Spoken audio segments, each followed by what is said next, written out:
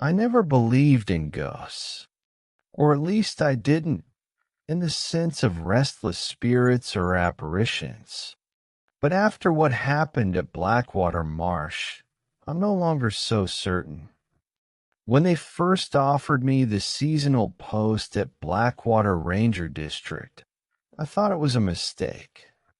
Blackwater Marsh lay on the far periphery of the National Preserve, accessible only by a half-deserted logging road, then a beaten trail over bog and wetland. The previous ranger had quit unexpectedly 2 weeks before the season began.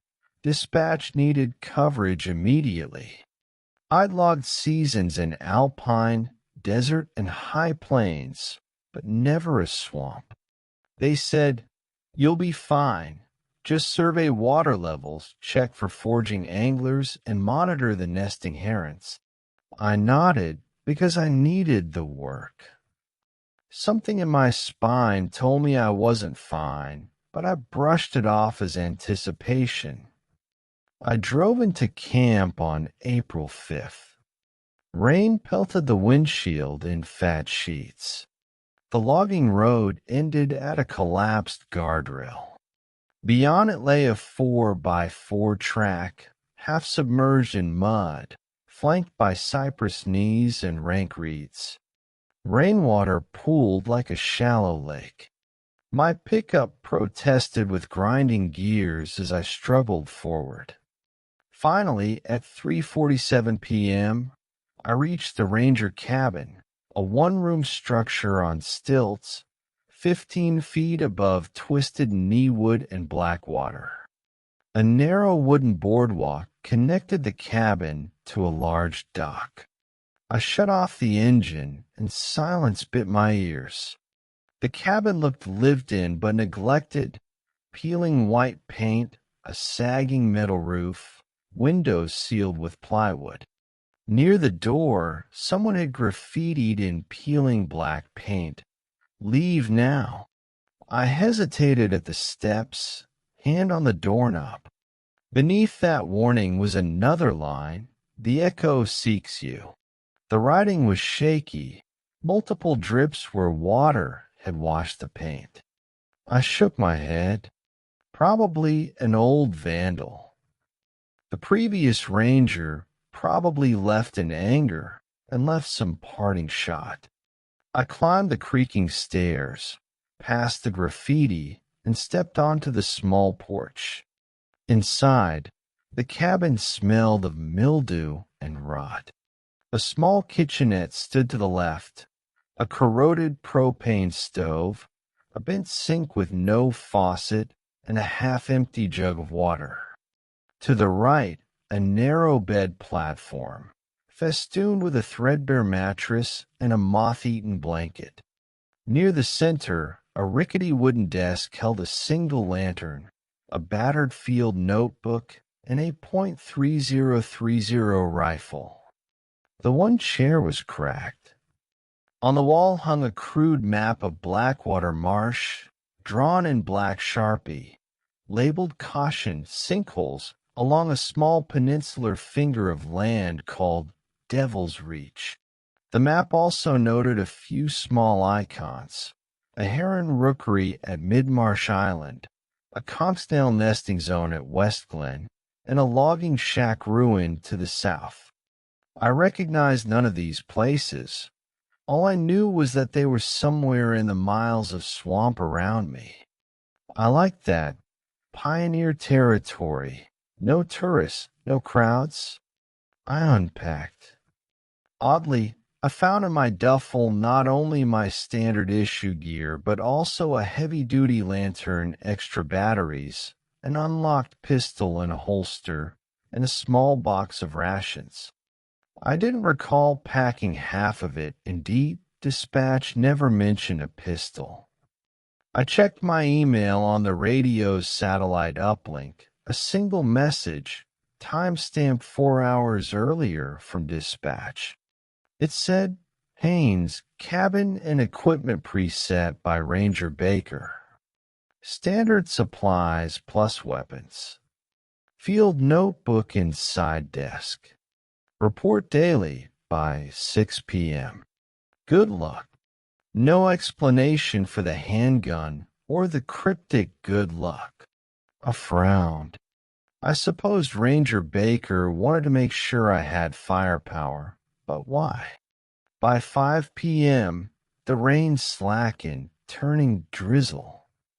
I grabbed the rifle and stepped onto the boardwalk. Below, the murk of Blackwater lapped against stilts. Cattails and reeds swayed in swirling wind. The forest of waterlogged cypress arched overhead, Spanish moss drooping like pale hair. A thin fog rose from the swamp's surface, as though steam boiled from the water. I squinted into the gloom. Not a single bird sang. No frogs. No cicadas. Only the whisper of dripping water and the hum of my boots on wood. I followed the boardwalk eastward to a T intersection. One spur led north into a narrow walkway, disappearing into tangles of oak and vine. A painted sign read Midmarsh Island 1.2 miles with an arrow. The other spur led south to a weathered sign, Logging Shack 0.8 miles. A third arrow pointed west but was covered by peeling bark. I assumed that marked the way back to the logging road. I consulted my map, first time I got out my field notebook. I scribbled coordinates, drew an arrow pointing north, go to Midmarsh Island tomorrow morning, see if there's heron numbers to count. By then, sun sank low, and I headed back to cabin. That night, I lay on the bunk without turning on the lantern. My boots sat by the door. The floor at my feet creaked once, rodent or loose board. Outside, the glass door rattled. My pulse sped. I reached for the pistol. A tap came against the cabin's exterior, near the desk. I strained to hear, nothing but a distant, humming hush. I lay still until nearly 11 p.m. Sleep came late, uneasy, and I dreamt of a hush swallowing me, a voice calling, Haynes. Haynes. When I woke, the room was bright with 5 a.m. light slipping through knots in the planks. The floor was dry, no sign of the tapping. I checked my watch, 5:12 a.m. I rose quietly and crept to the desk. The field notebook lay open to a blank page. On the top line was scrawled in thin script, 1, beneath it a single word, alone. I nearly jumped out of my boots. I hadn't opened the notebook last night. My pulse hammered. My hands shook. I flipped backward. Pages were filled with various notes and date stamp entries. March 15th, 2025, surveyed West Glen area. No herons, no voices. March 20th, visit Devil's Reach. Found a heron skeleton impaled on a branch. March 30th, Logging Shack stable, no movement. April 2nd, rendezvous at oil barrel camp. Brothers saw something moving in the underbrush. Then April 30th, Ranger Baker vanished. After that, blank pages until the single one. Alone on page 50. My mind buzzed. I closed the notebook. At that moment, I realized my own boots were not on the floor. They lay by the door, but my wet socks were on a bunk. In other words, someone retrieved my boots last night. I swallowed hard and felt foolish. I must have taken them off before sleep and not noticed. But who? Ranger Baker. Impossible. I powered on the lantern and loaded 2 fresh batteries. The cabin felt claustrophobic. I packed a small day pack, my rifle, field notebook, pistol, half a box of energy bars, a quart of water, a compass. By 5:45 a.m., I was on the boardwalk, heading north toward Mid-Marsh Island. The fog had thickened, rising from the swamp in dancers' skirts, concealing everything beyond 2 feet ahead. My flashlight beam cut through the gray swirl in front of me, illuminating hanging moss like ghostly lichens. After 20 minutes, I reached a fork, a small footbridge crossing a shallow channel to a wooden platform with a bench. A carved sign read, Heron Count Station. I set down my pack, unlocked the rifle's bolt, and scanned the perimeter with binoculars. The water still glinted black. No birds perched on cypress knees, no heron shapes in the reeds. I noted 0 herons, turned to return, and froze. Across the marsh, on a dead branch, something perched, a single great blue heron. It faced me directly, head turned, as though watching. My breath snagged. I lifted the binoculars. Its wings were folded, but I saw jagged indentations in its feathers, dark smears at its claws. It stared for a minute. I shivered. I clicked a photo. Then it soared off silently into the mist, wings beating like slow drums. I lowered the binoculars and exhaled. My watch read 6:12 a.m. I logged 1 heron, odd plumage, vanished in W. Then, beneath in thin ink, do not trust the heron's gaze. It gave me chills. I had not written that. I stepped back onto the boardwalk. The fog shifted, shimmering. At the far edge of the clearing, I saw a figure stoop by the water's edge, someone kneeling back to me. I raised my flashlight. The figure stood and turned. My breath died in my throat. Beneath the tattered brim of a faded baseball cap, I saw a thin, pale face, eyes wide, cheeks sunken, lips parted in a silent scream. Its clothes were torn, soaked, layer of mud and grime. The moment our eyes met, the figure let out a low moan, half human, half bird call. I staggered, stumbled. The figure raised a hand, fingers spindly, then turned and fled into the fog. I groped for my rifle, brought it up, but when I looked through the scope, nothing was there. Fog swallowed everything. My heart hammered. I fumbled a quick radio call. Haynes to dispatch, possible unauthorized person in Marsh, location Heron Count Station. Over. Static. No response.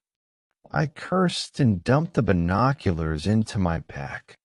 I ran back to the cabin, splashing through shallow water and mud to reach solid planks. By the time I slammed the cabin door shut and latched it, I was shaking. I sat at the desk, staring at my field notebook. The last entry, "Do not trust the heron's gaze," haunted me. I rifled through older pages. Indeed, every entry had a faint second line, scribbled in thinner ink.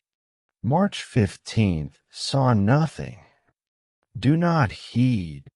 March 20th, heron skeleton found. Do not trust the heron's gaze. March 30th, logging shack stable. Do not trust the heron's gaze.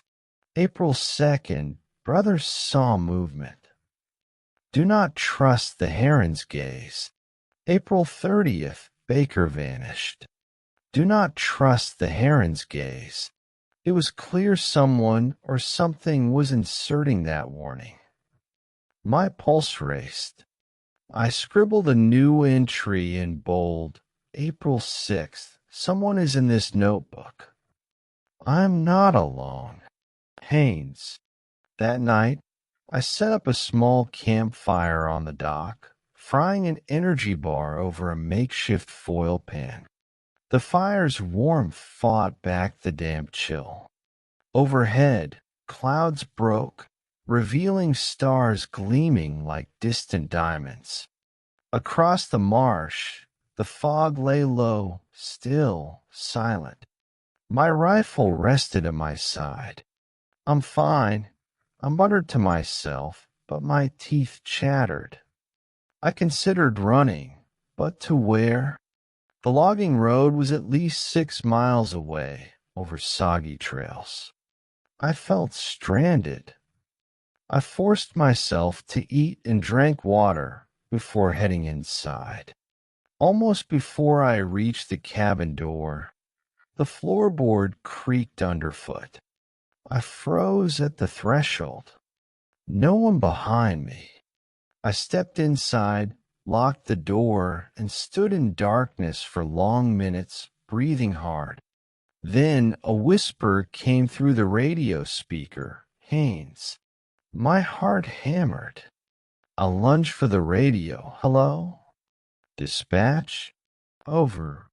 Only static answered, broken, humming buzz.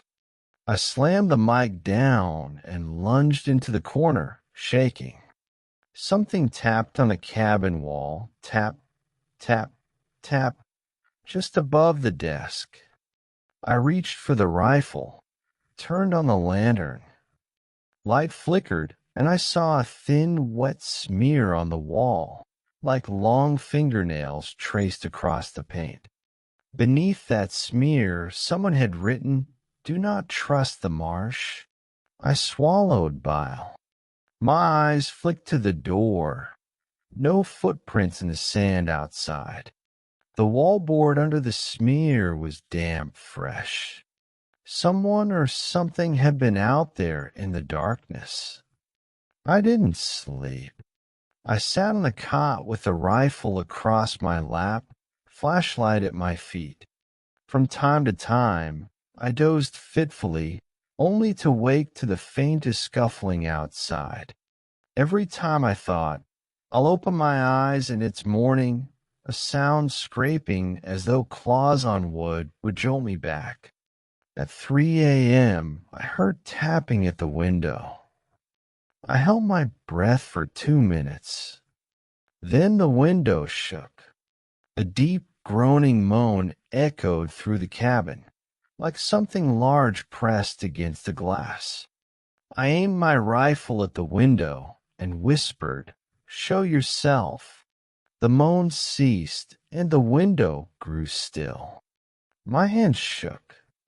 I checked my watch, 3:07 a.m. I sunk into the cot, breathing raggedly. Eventually, I dozed off. I dreamed of traversing a vast black water, sinking each step, and hearing my own voice calling me from beneath. Haynes. Haynes. I clutched the rifle tight. When dawn came, thin, gray, it was 4:14 a.m. on my watch. The cabin was silent. I rose gingerly, my muscles cramping. My mind felt foggy, as though my dreams had crossed into reality. I shivered and stared at the window. Someone had scrawled another message on the glass, this time in condensation from my breath. "Get out before dawn." I rubbed the glass. The letters vanished. I gathered my things and stepped outside. The fog had thickened until visibility was nearly zero, barely 10 feet. The air smelled of decaying vegetation and something sweeter, like rotting fish. I gritted my teeth and studied the boardwalk. It led north into a path I couldn't see beyond 2 steps. I set my rifle at shoulder level, flashlight in my left hand, pistol holstered. I had to figure out what was happening. I needed to survey the rest of Blackwater Marsh, especially Devil's Reach, see if any clues awaited in daylight. But the fog was so dense I couldn't tell the boardwalk from the swamp. I swallowed and took a deep breath. At 5:02 a.m., I set out northward. Each step I took echoed in my ears. Cattails brushed my shoulders. Somewhere ahead, I heard the faint plop of water, like something large waiting. I froze. I called hello. No response. I pressed on. Nearly 10 minutes later, I reached a narrow footbridge crossing a narrow channel, black water 10 feet below. The wood slats were slick with algae.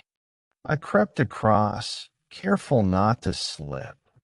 Below, small fish rippled in the water. I made it across, chest tight, and found a sign, "Welcome to Mid-Marsh Island. Proceed at daylight."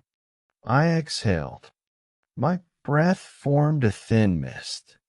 At that moment, I felt a shadow pass overhead, a massive bird's wings or something else. I raised my flashlight as low fog parted. I saw the front of a skiff, an old aluminum boat, half submerged at the shore. On its hull was painted B. Baker in peeling red letters. Ranger Baker's boat. It must have washed up here. I knelt to examine. The oars were gone. The boat had no motor. I reached under the gunwale. There, I found a small, blood-stained bandage wrapped around something smooth like metal. I pulled it out, a tarnished brass key inscribed D9. I slipped it into my pocket. Beneath the key, a small note was tucked. Locked door, Tower D9. My heart skipped. Tower D9? That was not on any map. I scribbled in my notebook, found Baker's skiff on Mid-Marsh Island. Found D9 key. Next, find Tower D9. Over.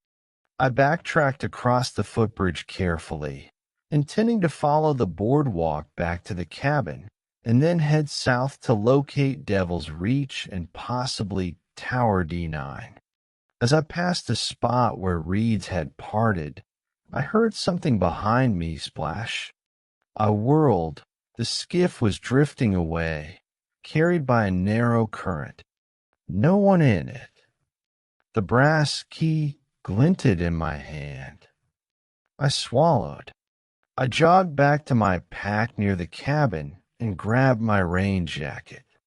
With the key in hand, I set off south, hoping to reach the logging shack first. If I could find any locals, they might know about Tower D9. At 6:27 a.m., I reached the bend where the path forked. West led to the logging shack abandoned long ago, and east to Devil's Reach. I consulted my map taped inside the cabin. Tower D9 lay marked roughly a half-mile east of the logging shack, on a tributary berm. So I went west. The boardwalk narrowed to a single plank in places, creaking as I walked. The swamp was alive in daylight, green glints on water, frogs croaking in reeds, dragonflies flickering like living shards of stained glass. The hush of night was gone, but an uneasy silence remained, like the swamp was watching. At 6:52 a.m., I found the logging shack. Its roof had collapsed almost completely. Walls leaned inward. Moss and fungus crawled all over it. I ducked inside, rifle at port arms. The floor was littered with rusted cans, shattered glass, and decayed wood. I spotted footprints, barely visible in the mud inside, leading north. I knelt to examine. They widened into hoof-like marks, 4 toes oddly shaped. Whatever made them, it was heavier than a deer, and its stride was too wide for a human. My pulse quickened. I snapped photos, then noticed on the ground a small metal plate, about 5 by 3 inches, engraved with D9 in tiny letters. The same as the key. I picked it up. The metal was cold and slightly warm from the morning's humidity. I followed the hoof-like prints to a narrow path that veered northeast. The boardwalk here had rotted away. I had to pick my way over logs, stepping on muddy ground. Beneath the boardwalk lay a shallow channel that ran parallel, water black as night, reeking of rot. I saw no creatures, but I heard a faint whine, almost mechanical like a drone. I feared it was my imagination. Then I saw it, a tall metal structure rising from the reeds. Tower D9. It looked like a rusty scaffold, with small platform at the top. Rungs climbed upward, half broken. The thick cable ran from the top of the tower down into the water, disappearing into the blackness. I exhaled slowly. I was closer to the truth than I'd ever been. I approached, and something brushed my leg, grass or a small creature. I shined my flashlight. A water moccasin coiled, hissing, then slipped into the murk. My skin tingled. The tower loomed behind it. At the base, a rusted padlock hung on a hatch. Above it, engraved into metal, D9 door. The brass key I'd found glinted in my pocket. My hand shook as I inserted the key. It turned in the lock with a hollow click. I lifted the hatch. Inside, a ladder descended into blackness. A faint rumble rose from below, like old machinery turning. I swallowed hard. I loaded my rifle, 2 rounds in chamber, 1 in reserve. I flicked on my headlamp and climbed down the first 3 rungs. Sweat dripped down my face. The ladder went down about 10 feet before reaching a concrete floor bathed in faint green light from luminescent moss clinging to the walls. I stared. The chamber measured roughly 20 feet in diameter, enclosed by damp concrete walls. The floor was wet. Rivulets of water streamed to a central drain. Pipes snaked overhead. In the center, a low metal table held a battered metal box. On the box sat what looked like a small lantern, its glass cloudy, no flame. On the floor beside the table lay an oily rag and a small handwritten note. Do not disturb. For containment only. On the walls, in places where the moss peeled, I saw letters scratched into the concrete. He lives below. My heart thundered. I approached the metal box, rifle raised. The table was bolted to the floor. The box was greased shut, probably to keep water out. My hands trembled as I pried off the lid with a knife from my pack. Inside, I found a small mechanical counter like those used in labs, dial showing 000132. Beneath a folded paper, a list of names, each crossed out with dates beside them. Ranger Baker, April 30th, 2025. Ranger Lockwood, March 15th, 2024. Ranger Perez, February 2nd, 2023. And so on, going back decades. The last name at the bottom was mine, Ranger Haynes, April 6, 2025.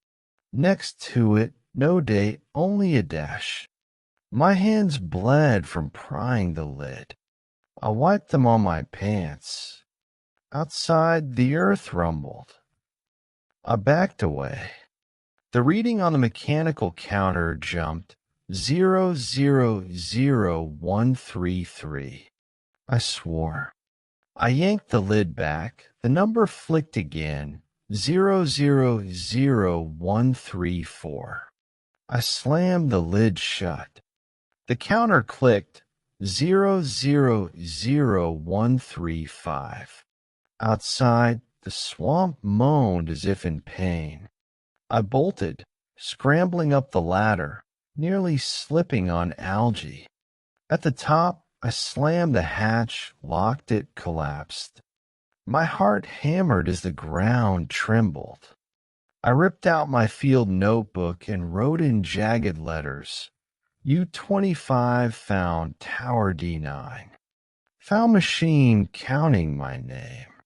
Must leave now. Something lives below. Then I added a margin note. Echoes breath smells of wet cotton. By 7:10 a.m., the tremors subsided. I stepped onto the boardwalk, staring at Tower D9. Something about it shifted.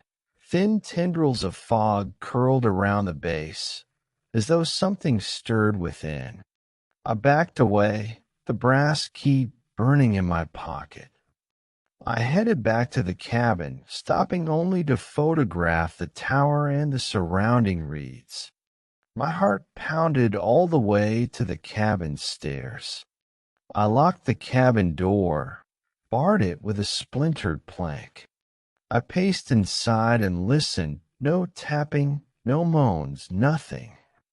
Just the hush of distant frogs. I devoured an energy bar, drank most of my water. I rifled supplies, found no new rations. I realized I hadn't heard any birds all morning. Not a single song. Only the swamp's ceaseless hum of insects below the thick canopy. I tried calling dispatch, Haynes to dispatch, found evidence of missing rangers at Tower D9. Counting device confirms my entry. Request evac immediately. Over. Static. No reply. I tried again. Haynes here. Over. Still nothing. My pulse quickened. By 8:45 a.m., hunger and fear pressed on me. I decided I need to find another exit or at least scout Devil's Reach to locate a higher ground. But I paused. I had no idea how to survive the swamp on foot. I only had my rifle, pistol, and a handful of bars. And I had just discovered a supernatural presence lurking below. At 9:03 a.m., I heard thundering hooves outside. I rushed to the window. Beneath the cabin, the swamp surface erupted as an elk, massive antlers tattered, eyes clouded, waded from reeds to the boardwalk. Droplets of black fluid dripped from its jaw. It regarded me with a deep, resonant growl. I slammed the window shut, but the elk's hooves scraped on wood, clack, clack, progressing toward the ladder that led up to the cabin. My pulse twisted to a freeze. It reared on hind legs and lunged at the ladder rungs. The wood groaned but held. The elk's forelegs slammed against the ladder a second time. A plank cracked. I stumbled back. I seized my rifle. Stay away. I screamed. The elk let out an unholy bellow that rattled the cabin's walls. I fired one shot. The bullet passed through its shoulder. Black fluid gushed, but the elk did not topple. Instead, it howled and lunged again. I fired twice more. Each round passed through animal and left no mark. It lowered its head, antlers clicking against the wall. I dropped to my knees. covering my ears as the whip of disembodied voices flooded through the radio static. Whispers of Haynes. Haynes, join us. I scrambled to the hatch, yanked it open, and rushed up to the loft. No way down except the ladder. I realized I was trapped. The elk slammed against the cabin's porch, with splintered, the cabin lurching. I aimed at the ladder. In a final desperate breath, I fired 10 rounds in rapid succession at the ladder's base. Splinters flew as the rungs shattered. The elk thundered beneath me, muttering a guttural chant. The ladder collapsed. I dropped to the loft floor, gasping, as the elk slammed against the underside of the cabin. The cabin shook, then fell silent. I hurried to the window and peered out. The elk lay in the muck, antlers clanging. Its body writhed as though 100 worms crawled beneath its hide. Then, with a single convulsion, it dove into the black water, vanishing without a trace. I stood, legs trembling. My eyes flicked to the field notebook. On the last page I wrote, "Shot at elk. Did no good. Ladder broken. Trapped in cabin." The last line, "Radio whispers the echo." Beneath that, scrawled in fresh ink, "Last." Beneath that single word, the notebook page was blank. My pulse pounded. By 9:45 a.m., I had a plan, signal for help.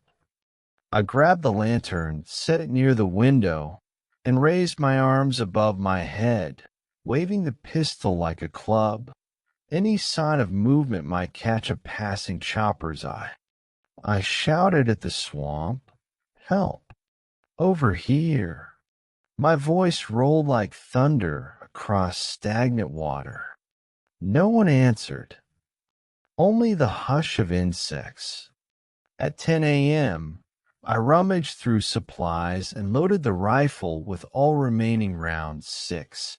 I then set a slow-burning flare on the desk and lit it, hoping its smoke might reach any search planes. The flare sputtered black smoke that billowed through the cabin. Smoke drifted upward into the loft. I coughed, eyes stinging. Outside, I heard faint splashes. A dozen frogs leaped into water. Then silence. 11:18 a.m. I checked the field notebook. Every page after last was blank. But when I flipped back on each previous page, someone had scrawled, "Gone now." My breath caught. Someone or something had returned through the pages of my notebook. I slammed it shut. I felt a sudden rush of energy.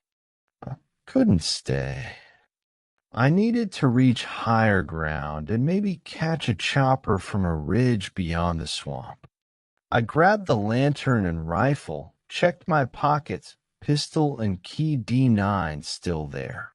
I pried up a loose floorboard in the loft and found a thin crowbar. Perfect. I pried the hatch open from above and set it down beside the ladder's new stump. Then, since the ladder was destroyed, I fashioned a rope from a spare length of twine and tied it to the loft's guardrail.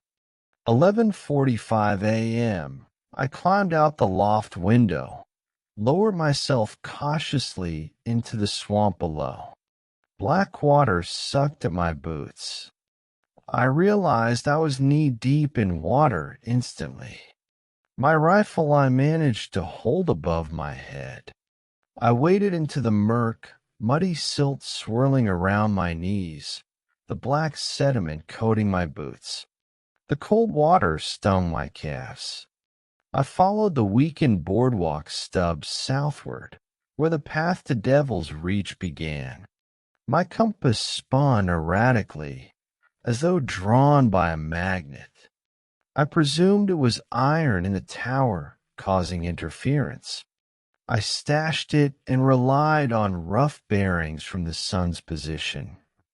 By 12:17 p.m., I'd waded half a mile through knee-deep water, passing fallen planks and cypress knees that jutted out like skeletal fingers. My rifle occasionally touched a submerged log. My hands shook. Finally, the water shallowed. I emerged onto firm ground, a narrow trail of mud and grass, flanked by knee-deep channels. 12:53 p.m., I pressed on, heading south toward Devil's Reach. The trail wound through dense thickets, gnarled cottonwoods, and low pines. I swallowed, gulping water from my canteen. My boots squelched with each step. My left boot seemed heavier than the right. Mud encased the sole. I paused, half kneeling, and found I had a small white feather stuck to my bootlace. A single heron feather, tinted brown with streaks of black. I touched it soft as down. My breath hitched. I'd seen no heron since morning. I yanked it off, shoved it in my pocket, and continued. Approaching Devil's Reach, the trail narrowed to a thin spit of land edging a deep channel. The sign that once read Devil's Reach, Danger, Sinkholes, was broken in half, laying on the ground, rusted. Beyond it, the path crossed a narrow suspension bridge, two rotting logs bound by frayed ropes, spanning a yawning sinkhole that smelled like rotten eggs. The hole's edges crumbled, black water lapping beneath. My mind reeled. If I fell in, no one would find me for days, maybe weeks. Yet beyond lay the ridge where I hoped to see a rescue helicopter. 1:34 p.m., I crossed the bridge slowly, heart pounding. When I reached the other side, I found a small clearing with 3 wooden posts. On each post hung a lantern, similar to my oil lantern, but broken, glass cracked, flame long extinguished.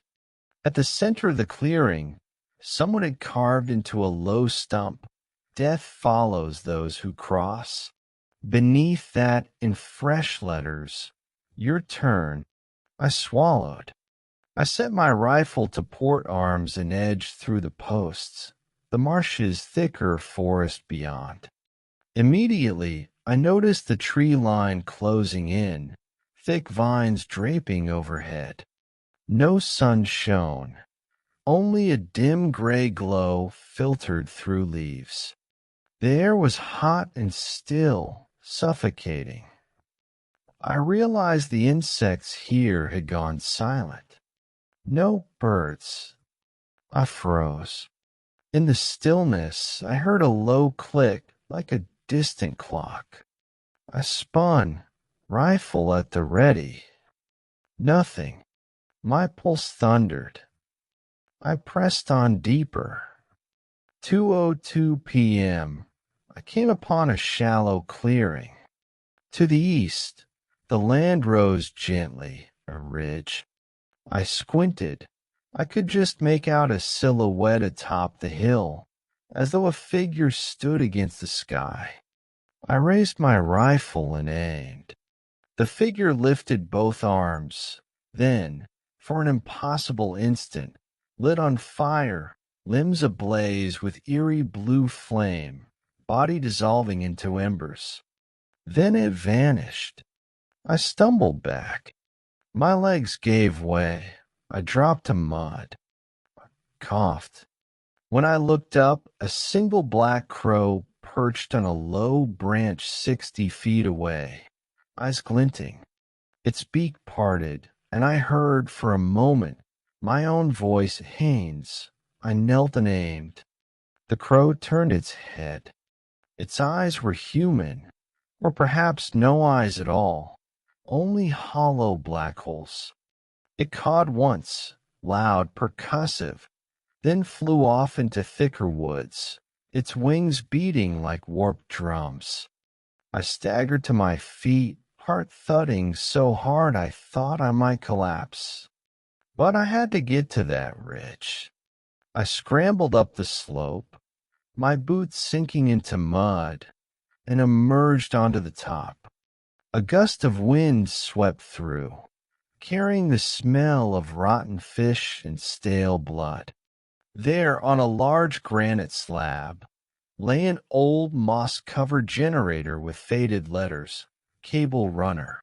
Next to it perched the remains of a radio tower, rusted poles strewn across the rock.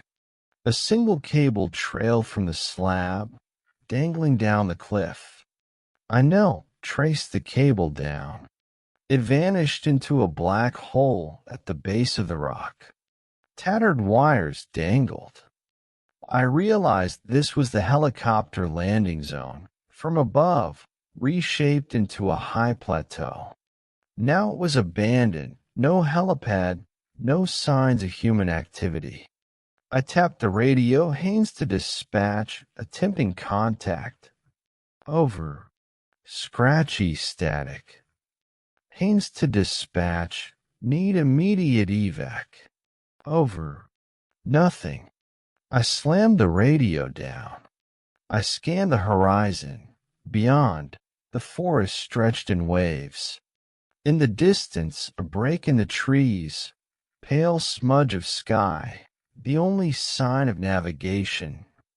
I turned toward it. The wind whistled through the pines, carrying my voice, Haynes. Please help me. The forest pressed in, cathedral of black trunks. I swallowed bile.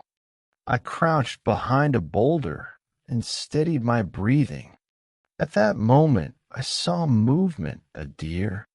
No, a wraith-like shape, limbs too long, fur ripped in strips, slipping behind a tree. Antlers glinted in the light. Its head turned, blank white eyes, an expression of sorrow twisted on its skull. It craned its neck and around me, sniffing. Haynes, join us, echoed in my head. I raised my rifle, but the creature vanished like smoke. Click. My magazine was empty.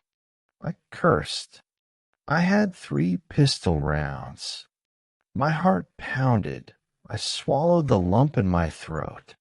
I moved down the slope, hugging the rock face, searching for any sign of a path. In the brush, I found a small sign, rusted metal swinging from a nail, trail to a ranch 2 miles with an arrow pointing southeast. I exhaled. Though I had no idea where the ranch was, it was my only hope. People, a road, maybe cell service. 2:52 p.m. I scrambled down foothills and re-entered dense forest.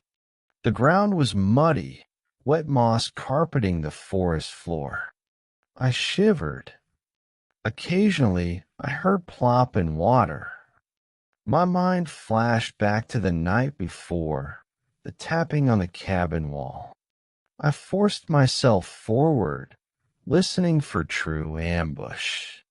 The path sloped downward steeply, forcing me to scramble on my hands and knees. I slid nearly 10 feet on my backside before I righted myself.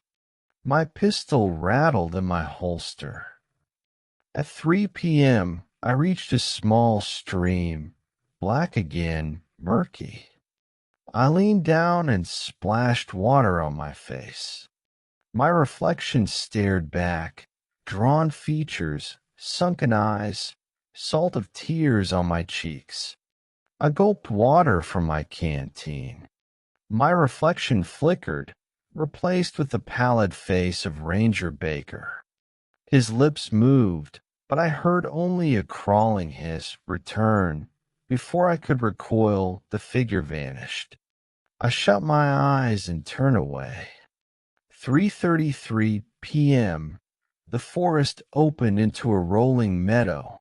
Tall grass brushed my thighs as I made my way. Beyond, I saw a dilapidated ranch, an old farmhouse, a rusted barn half collapsed, and a corral with broken fencing.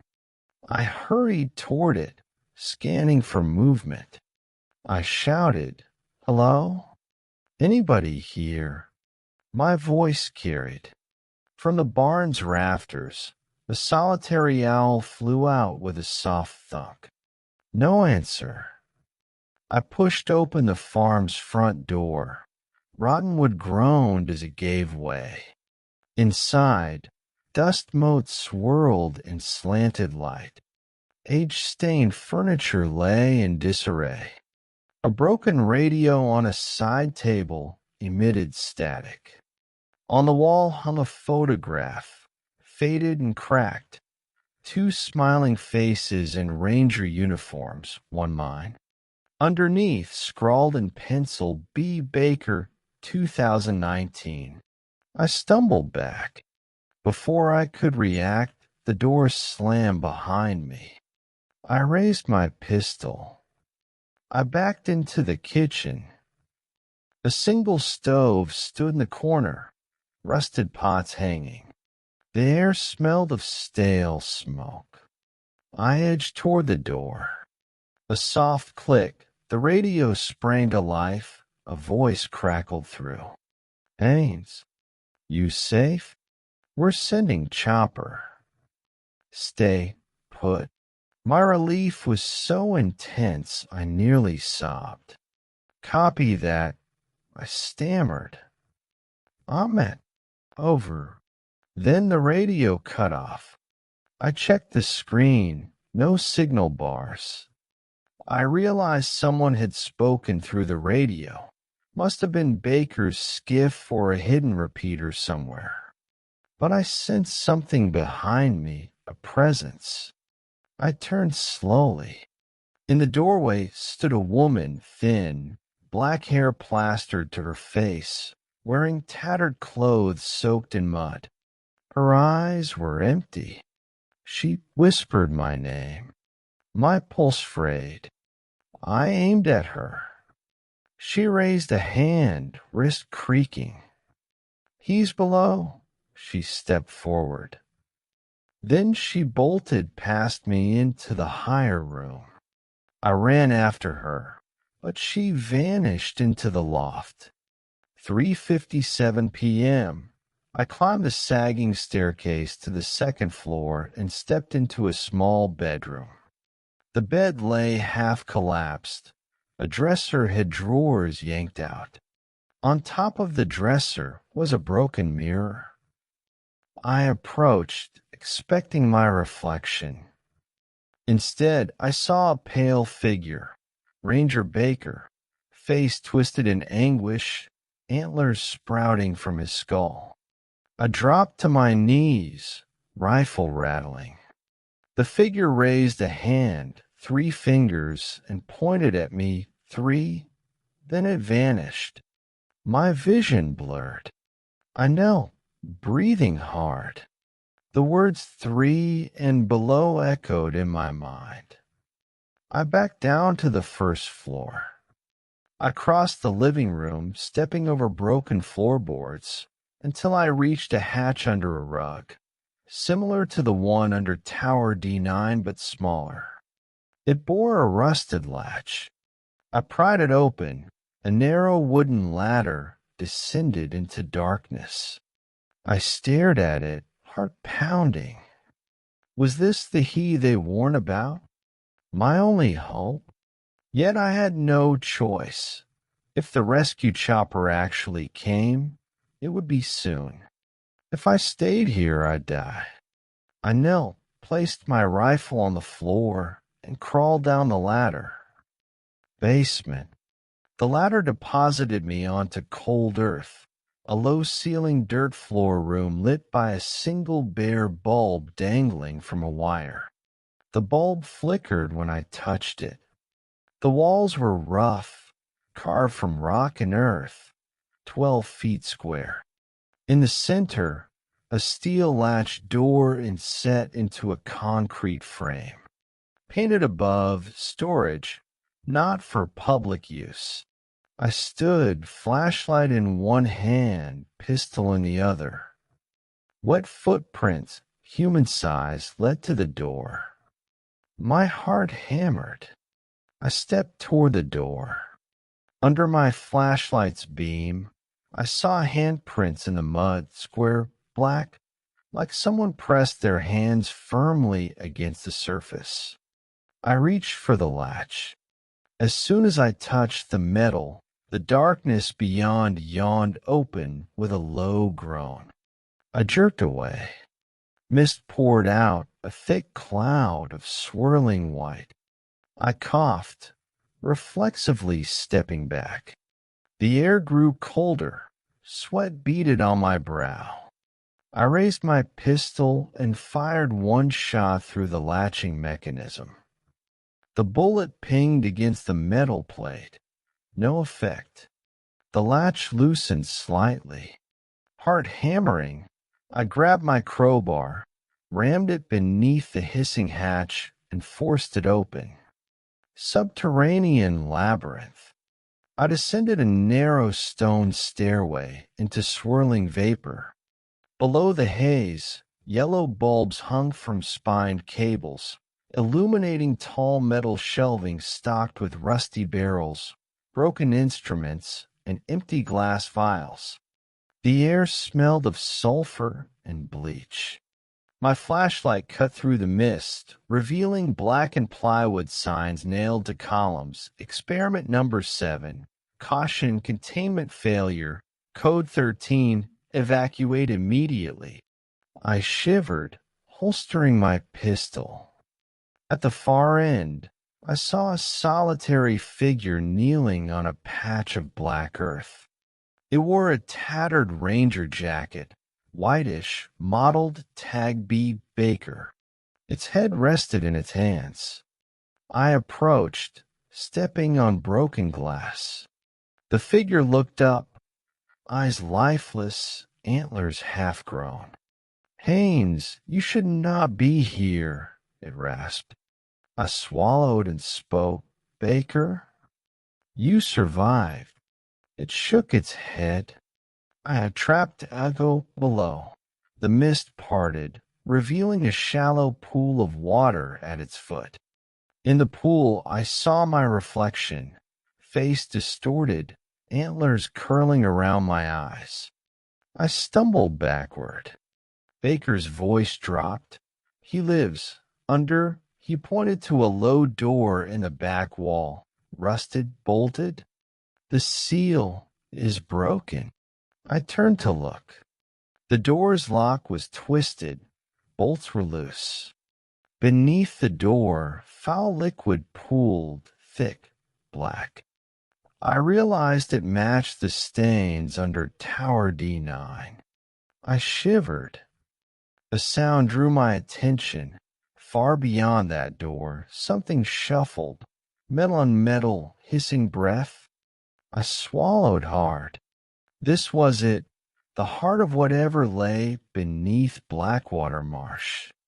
I gripped my crowbar, advanced. Baker rose slowly. His antlers scraped the ceiling, thin, gnarled. "Take it." He pointed to a pistol tucked in his belt, 2 shells. He hadn't told me about it. I shook my head. "No, Baker. You need help." His teeth bared in a crooked grin. "You cannot help me, only delay." He placed the pistol on a nearby shelf, then staggered back. His eyes closed. He slumped to the floor, antlers drooping. Gasped. I exhaled. I needed to get out. But first, I had to know what lurked behind that door. I slid the shelf aside and approached. The hissing grew louder, accompanied by a rhythmic thump, like a heartbeat. A single guard rail lay broken near the door, like someone had tried to bar it from inside. I placed my crowbar beneath one of the bolts and shoved. The bolt creaked, shifted. I repeated on the second bolt. The door groaned open, revealing a deep black chamber, pitched in shadows. My flashlight illuminated a cylindrical shaft, a vertical drop 20 feet to roiling water below. The water churned, eddies forming, black, oily, alive. I saw pipes feeding into the pool, some broken, leaking silt. The hissing echoes came from the water's surface, like something breathing underwater. My pulse thundered. I felt the thirst for escape drown rational thought. Yet I swore I heard a voice, Haynes. I exhaled and set the crowbar aside. There was no ladder. The only way out, dive into abyss. I swallowed. I peered closer. Water was deep. I could see no bottom. A faint glow emanated from a broken ceiling grate far above, thin line of dawn's light. The voice came again, Haynes, the echo calls. I realized I could hear my own pulse pounding. I needed evidence. This chamber must be the source of the swamp's malevolence. I raised my flashlight. On its beam, I saw long sinuous shapes moving just below the surface, massive serpentine coils, black scales shimmering. They circled others, hunched humanoid figures with antlers half crushed into their skulls, faces half eroded, their limbs webbed. These were the echoes, former rangers. Something had warped them into this. I froze as one of the serpentine shapes swirled upward, hissing. Its head broke the water. I saw rows of needle-like teeth, black eyes set deep in bone. It opened its maw, then turned in dove, vanishing. I staggered back. It felt like being stared at by something ancient. I remembered the heron's gaze, the warning, do not trust the heron's gaze. Now I understood. Each creature stared and twisted. I had to leave before I became one of them. I sprinted back up the ladder shaft, arms gripping the edges. At the top, I slammed the hatch closed, bolted it. My heart thundered. I slumped against the wall. The chamber below echoed, water slosh, muffled hissing. I staggered to my feet and grabbed Baker's pistol. If I couldn't blast my way out, I would hold on. I checked his note, containment only, so the hatch was the only thing keeping this horror contained. I whispered, I won't stay. 5:47 p.m. I returned to the cabin, dragging Baker's pistol behind me like a lifeline. I loaded it with Baker's 2 shells. My boots sloshed in water that had seeped in around the stilts, swamp water creeping back. The swamp hummed with insects now. Twilight buzz. I turned, saw a silhouette at the cabin's window, a heron-shaped figure, thin and white. I raised the pistol and fired. Shots smashed glass, window shattered. No creature there, only empty boards. Yet beneath my boots I felt a pulse, as though the swamp itself throbbed with life. Inside the cabin, I packed everything. Rifles, pistols, notebooks, lanterns into my pack. I had 2 options. Live in terror until a rescue arrived, or try to reach the logging road on foot and hike out. The logging shack was 2 miles south. From there, I might find a road. It was nearly 6 p.m. Twilight would be in an hour. If I waited for rescue, I might be trapped until sunrise. I decided to hike out. 6:22 p.m. I set off south, rifle and pistol at the ready. I followed the boardwalk through creeping fog. The swamp water was shallower here, ankle to mid-calf. I kept my footsteps light. Along the planks, I noticed handprints, damp smears where someone braced themselves. I exhaled. I must have followed echoes of Baker and others. Yet each step I took, I felt eyes on my back. Halfway to the logging shack, I heard a soft moan over the radio static. Haynes, I snapped the radio off. I shoved it in my pack, face burning with sweat. 7:15 p.m. I reached the logging shack. In the fading light, I saw nothing but broken wood. I paused at the entrance, shivering. From somewhere below, water gurgled. I stepped inside. To my left, I saw Baker's key on the floor. Next to it lay a small journal, log of echo number 25, stamped in metallic letters. Its pages were already turning, as though stirred by a breeze. I snatched it up. The first entry, Entry 1, Ranger Lockwood. The echo has found me. I thought the swamp was quiet, but now I hear my name in the reeds. If you read this, I'm already gone. I flipped pages. Each entry described a ranger's descent into the swamp until they vanished or emerged antlered. Each entry ended with 3. The last page, Entry 25, Ranger Baker, was blank except the single word alone in thick black ink. I slammed the journal shut and zipped it in my pack. The sun sank below the treetops. I stumbled outside.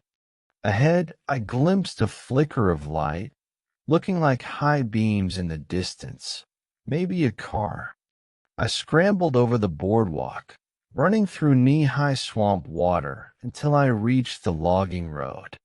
Mud caked my boots, sweat streamed down my face. When I crested the small rise, I saw the taillights of a truck. Just before my radio crackled, Haynes, I cursed. But as I approached the road's edge, I realized the truck's lights were off. I called out, "Hello? Anybody here?" 7:47 p.m. From behind a stand of pines, I heard footsteps, soft but purposeful. I raised my pistol. A man in a ranger uniform stepped onto the road. Eyes sunken, antlers sprouting through his cap, uniform stained with dirt and blood. My heart froze. He whispered, "Haynes." I swallowed. I squeezed the trigger. The shot echoed through the forest. The figure jerked, head snapped back, antlers screeched against the cap. It fell, collapsing into the mud. When I approached, its face melted away, leaving only empty eye sockets. I knelt beside the body. Recognition slammed me. The uniform was an older style, one no longer issued. The tag read Lockwood, Ranger Lockwood, missing since 2024. Horror's tide overtook me in a rush. I stumbled backward. My pistol rattled from my numb hand and clattered down the road. I fell to my knees. Across the road, I saw footprints, boot prints in mud. One set was my size. Beside them, for elongated toe marks, bleeding black fluid. A new handprint, pressed deep, where someone had braced themselves against the cabin wall. I looked back to the body. No movement. I backed away, retching. I had hours left until night swallowed me. I needed to move. I crawled onto the logging road and staggered east, toward a glint of neon lights at the Park Visitor Center, 2 miles away. 9:03 p.m. I reached a bend in the road and saw a flicker of headlights. A white SUV idling 100 feet ahead. Relief flooded me. I stumbled toward it. The engine idled. Inside, I saw no one. I yanked open the door and collapsed onto the seat. The radio played nothing but static. I pounded on the window. Help. Anybody. No response. I grabbed the keys from the ignition, still in the hole, and fumbled them in a panic. I turned the engine. It sputtered, caught, then died. The door slammed shut behind me on its own. My chest tightened. I was trapped again. I slumped against the seat. The headlights flicked off. Darkness pressed in. The engine's humming ceased. My radio crackled. Haynes. I bolted upright, fumbling for my pistol. I turned the overhead light on, only to see on the passenger seat a folded note. Welcome home. I exhaled. Unfolding it, I read a single line. The midnight hour awaits. The driver's side door creaked open. I sank lower. My pistol was gone. Must have slipped from my pocket when I collapsed in the seat. I leaped from the SUV, dashed into the woods at the roadside. The moon hung low, pale. The air was still, oppressive. I scrambled through underbrush, following a narrow footpath that led steeply uphill toward the visitor center. My boots caught on vines. I tore my pants. The radio crackled with hot static. At 9:37 p.m., I reached the crest and saw the visitor center lights, a small building, windows glowing. I ran toward it, shouting. When I reached the porch, I found a lone ranger. No antlers, sitting on a bench, head in his hands. I called, Ranger Collins? I'm Ranger Haynes. I need help. He looked up, his eyes widened. Haynes, you're alive. Relief washed through me. Behind him, the visitor center doors stood open. I staggered forward. Inside visitor center, the lobby was brightly lit. An older ranger at the desk looked up. Haynes, we thought you were gone. He pressed a phone to his ear. Dispatch, he made it. Over. I sank onto a bench. My legs quaked. Tears welled. Ranger Collins knelt beside me. We got your radio call, but the station's under repair. No reply. We came out after hearing your type of distress call. I exhaled, leaning on him. I saw them. Rangers I've never met. Antlers. They were below. He nodded, expression grim. Dispatch crackled through the radio. Haynes reports status. Over. I gripped the radio. Ranger Haynes here. I escaped Blackwater Marsh. The other rangers, they were turned. I have antlers. Tower D9, containment breached. The swamp alive. Please send chopper. Over. Static. Then copy Haynes. Evac chopper inbound. ETA 20 minutes. Over. I exhaled, relief rolling through me as the hum of chopper rotors rose in the distance. I looked at Ranger Collins. He said quietly, You're safe now.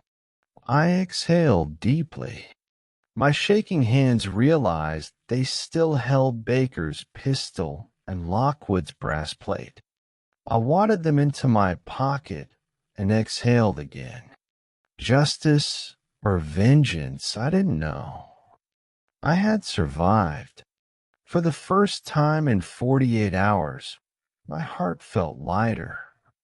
The chopper landed in the parking lot. Two medics dressed in green leaned out the open door.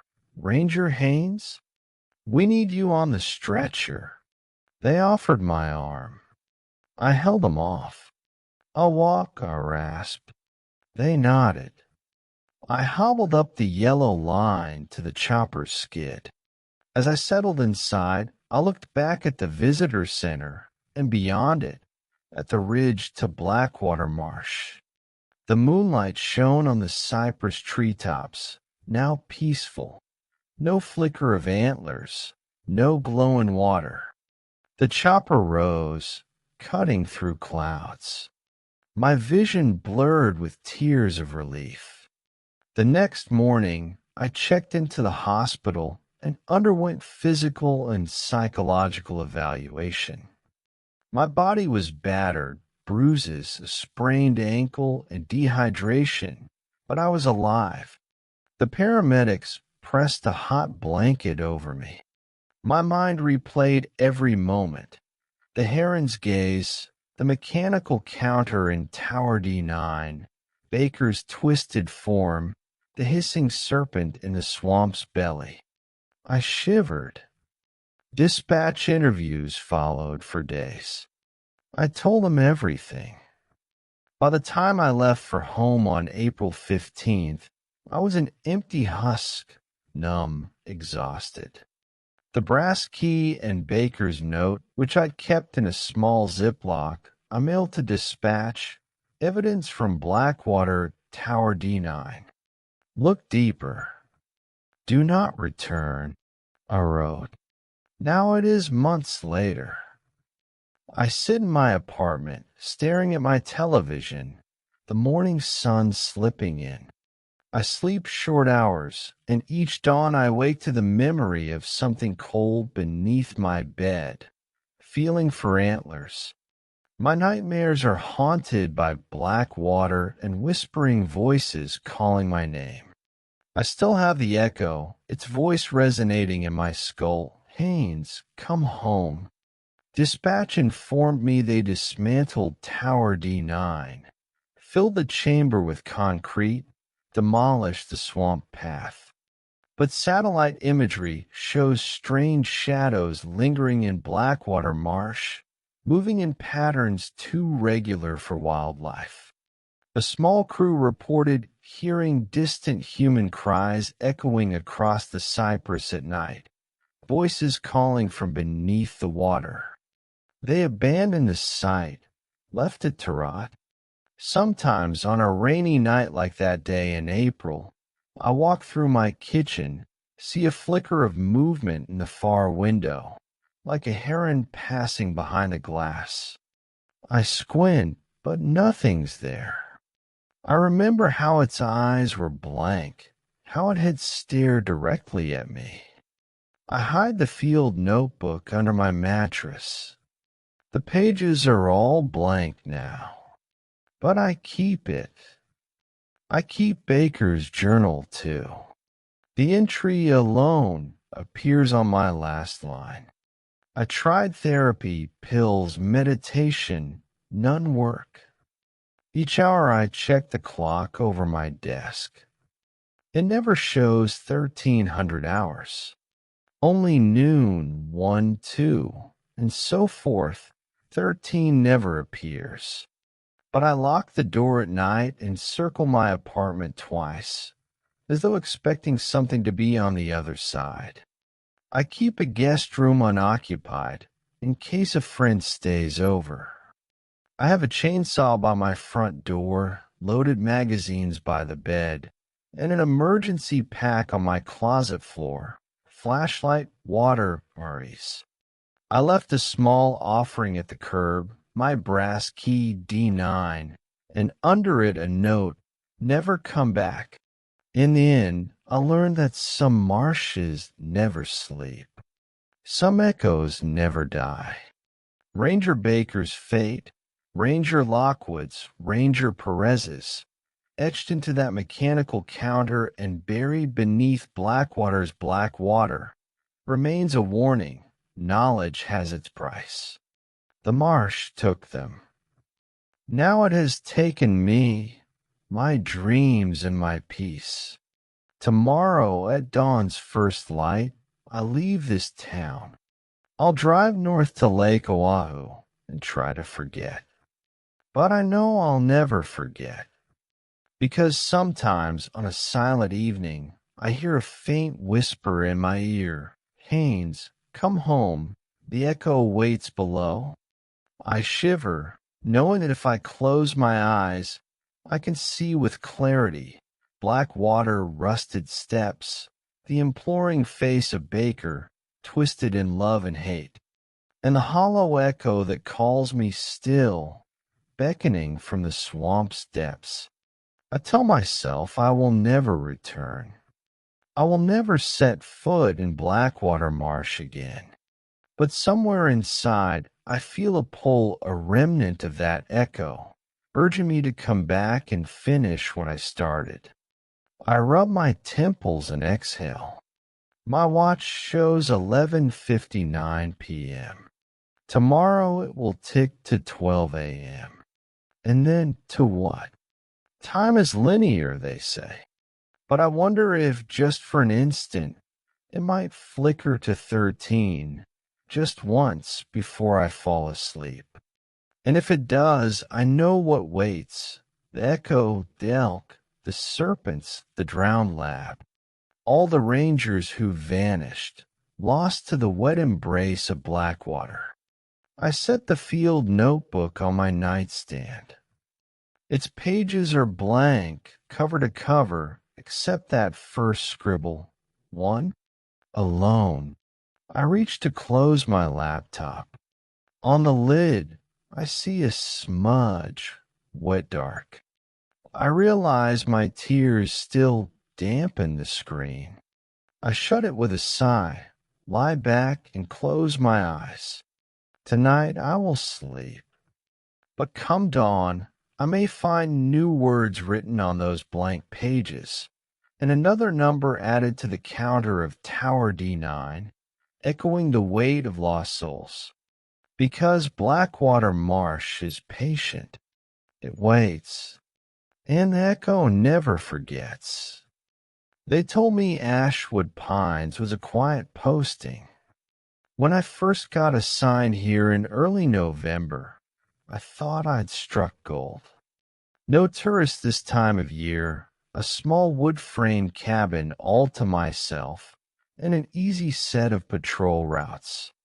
I'd spent the previous 3 years bouncing around smaller parks in Colorado, trail maintenance, occasional search and rescue, wildlife tracking in the height of elk season.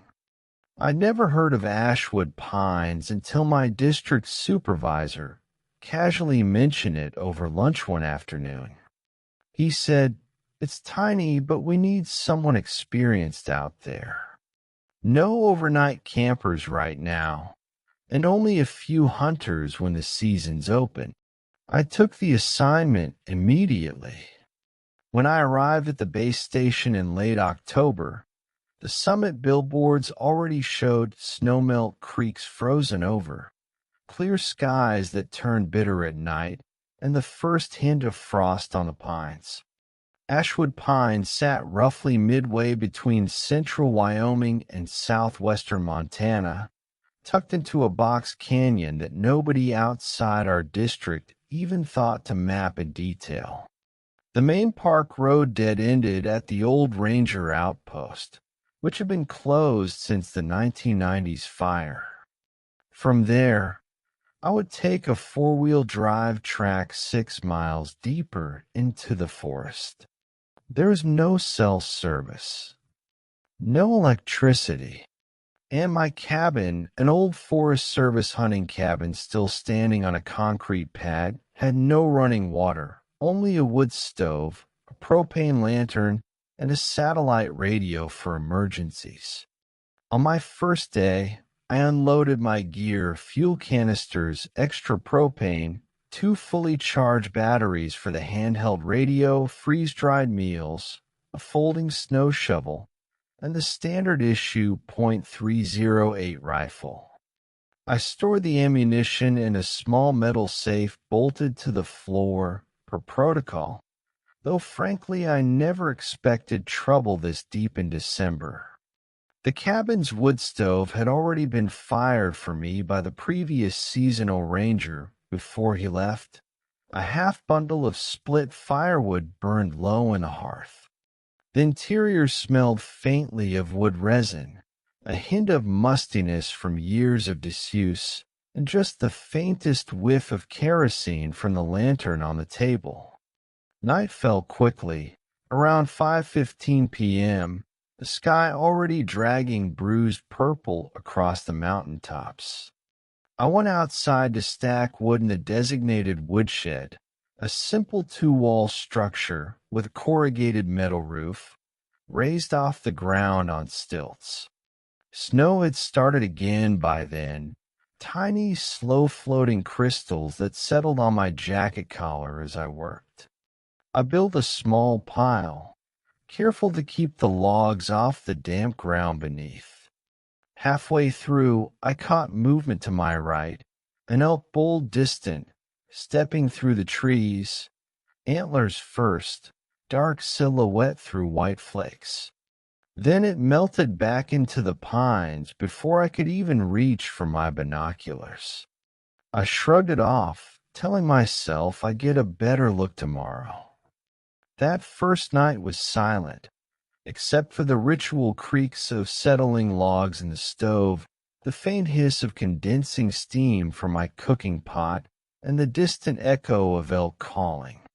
I filled the logbook, noted the weather conditions clear, 12 degrees Fahrenheit, winds in W at 10 miles per hour, and phone dispatch. My supervisor said, "Everything's routine. No overdue hikers, no poacher reports. Just keep eyes open, especially once the snow settles. Visibility will drop." By day 2, around midday, about 4 inches of powdery snow had accumulated. I strapped on snowshoes and hiked a couple miles downhill to inspect 2 remote game cameras mounted on pine slats, part of a winter elk population study. One camera caught footage of ungulates wandering through at dusk. The other, placed farther uphill, simply recorded whiteness. I packed up the memory cards and headed back to the cabin. The sky closed in around late afternoon. I tended the stove and reviewed the footage on my laptop. Just elk, deer, and one fleeting coyote nose. Nothing worth a second thought. Then I noticed the daytime stamp on the far-up camera. It had registered movement at 6:02 p.m., a half hour after I'd already passed that location on my hike downhill. That meant something, possibly wildlife, must have come through after I left. Yet no new tracks were visible on the fresh snow the next morning when I walked back along that same stretch. On the third night, I went out at around 6 p.m. to bring more wood inside. Snow had shifted from flake to light drizzle, covering every surface in a fine layer of ice. I set my shovel and lantern next to the shed, grabbed a large birch log, and stacked it by the stove.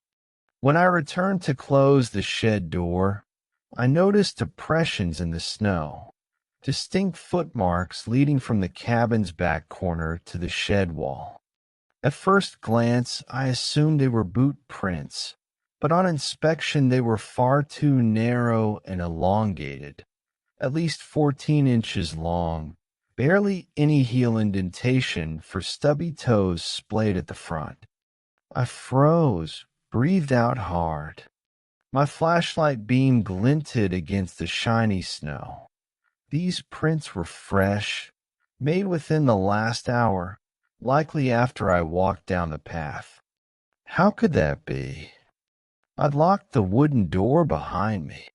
The prints led directly to the shed, turned toward the tree line, and vanished into the pines within 20 feet, undisturbed beyond that.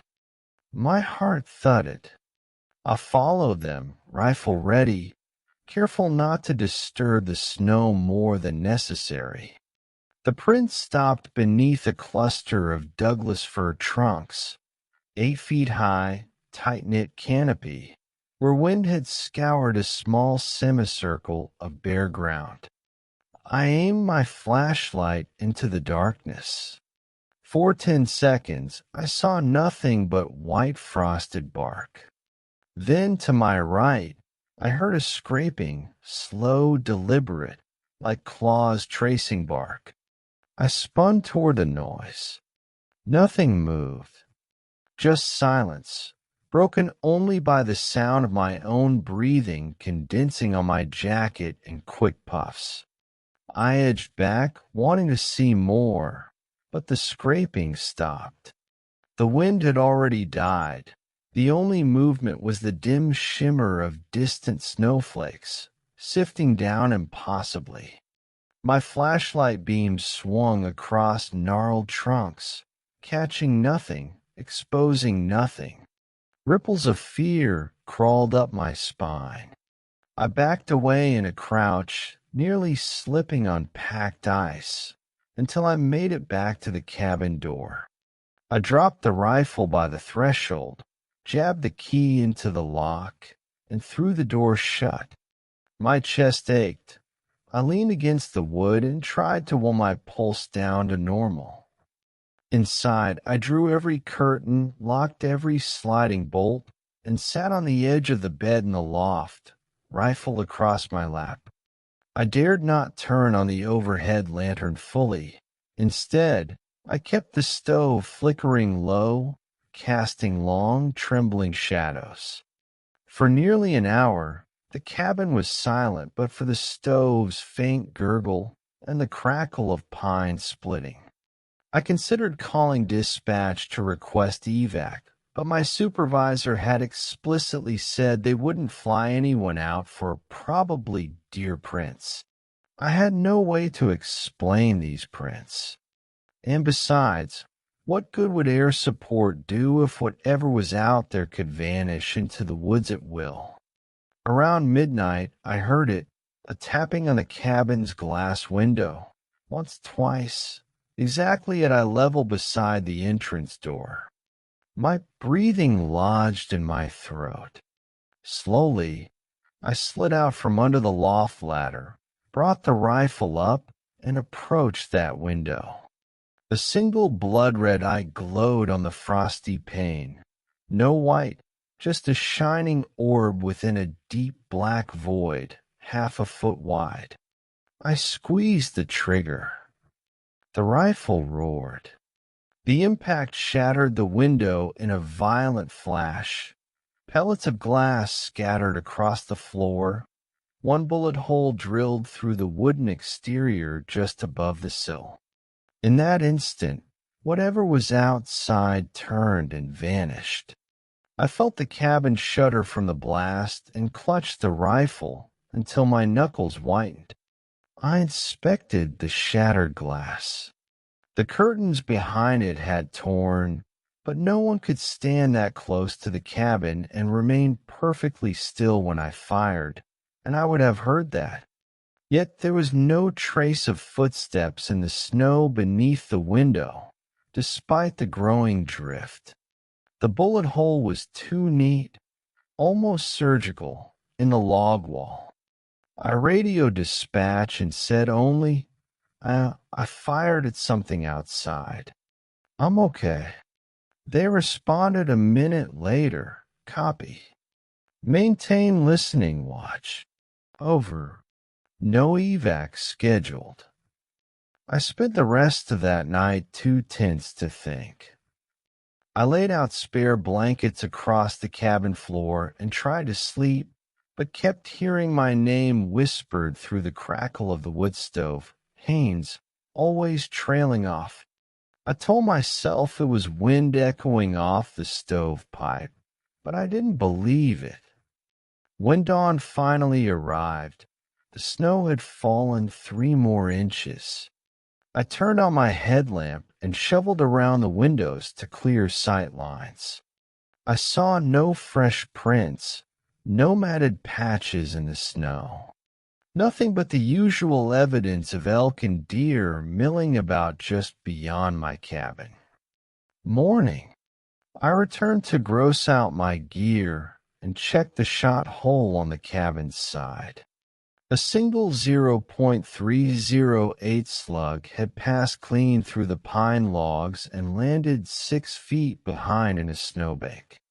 I considered retrieving it as ballistic evidence, but before I could move, something else caught my eye. On the snow right under that bullet hole, there was an imprint of a single large foot, 8 inches across and at least 16 inches long, 4 bony toes splayed outward, each tipped by a short curve of keratin or bone, and a heel pad roughly the size of my fist.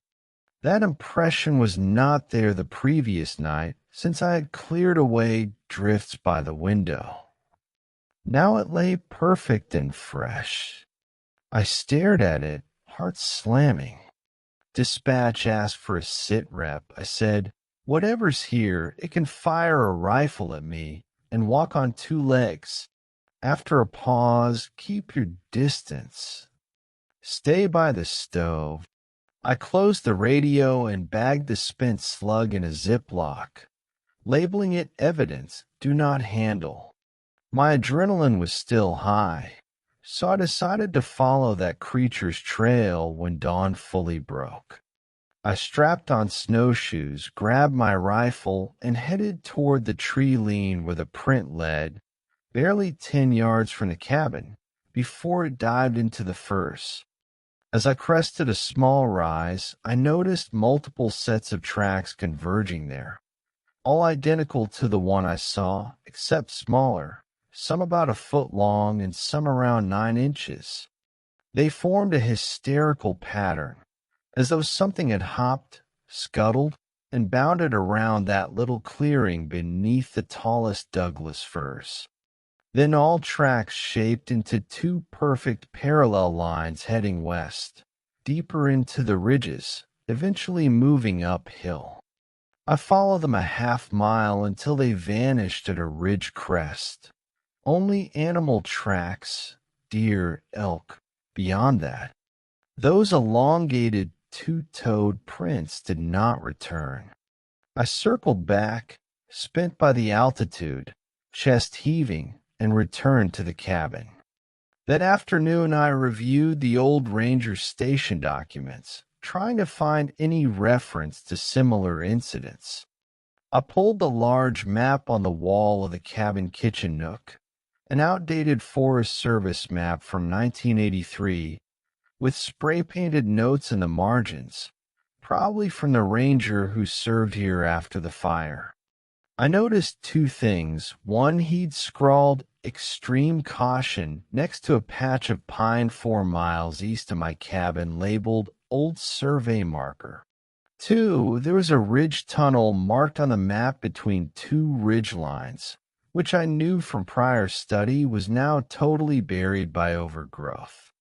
Yet in 1983, it had been a service road.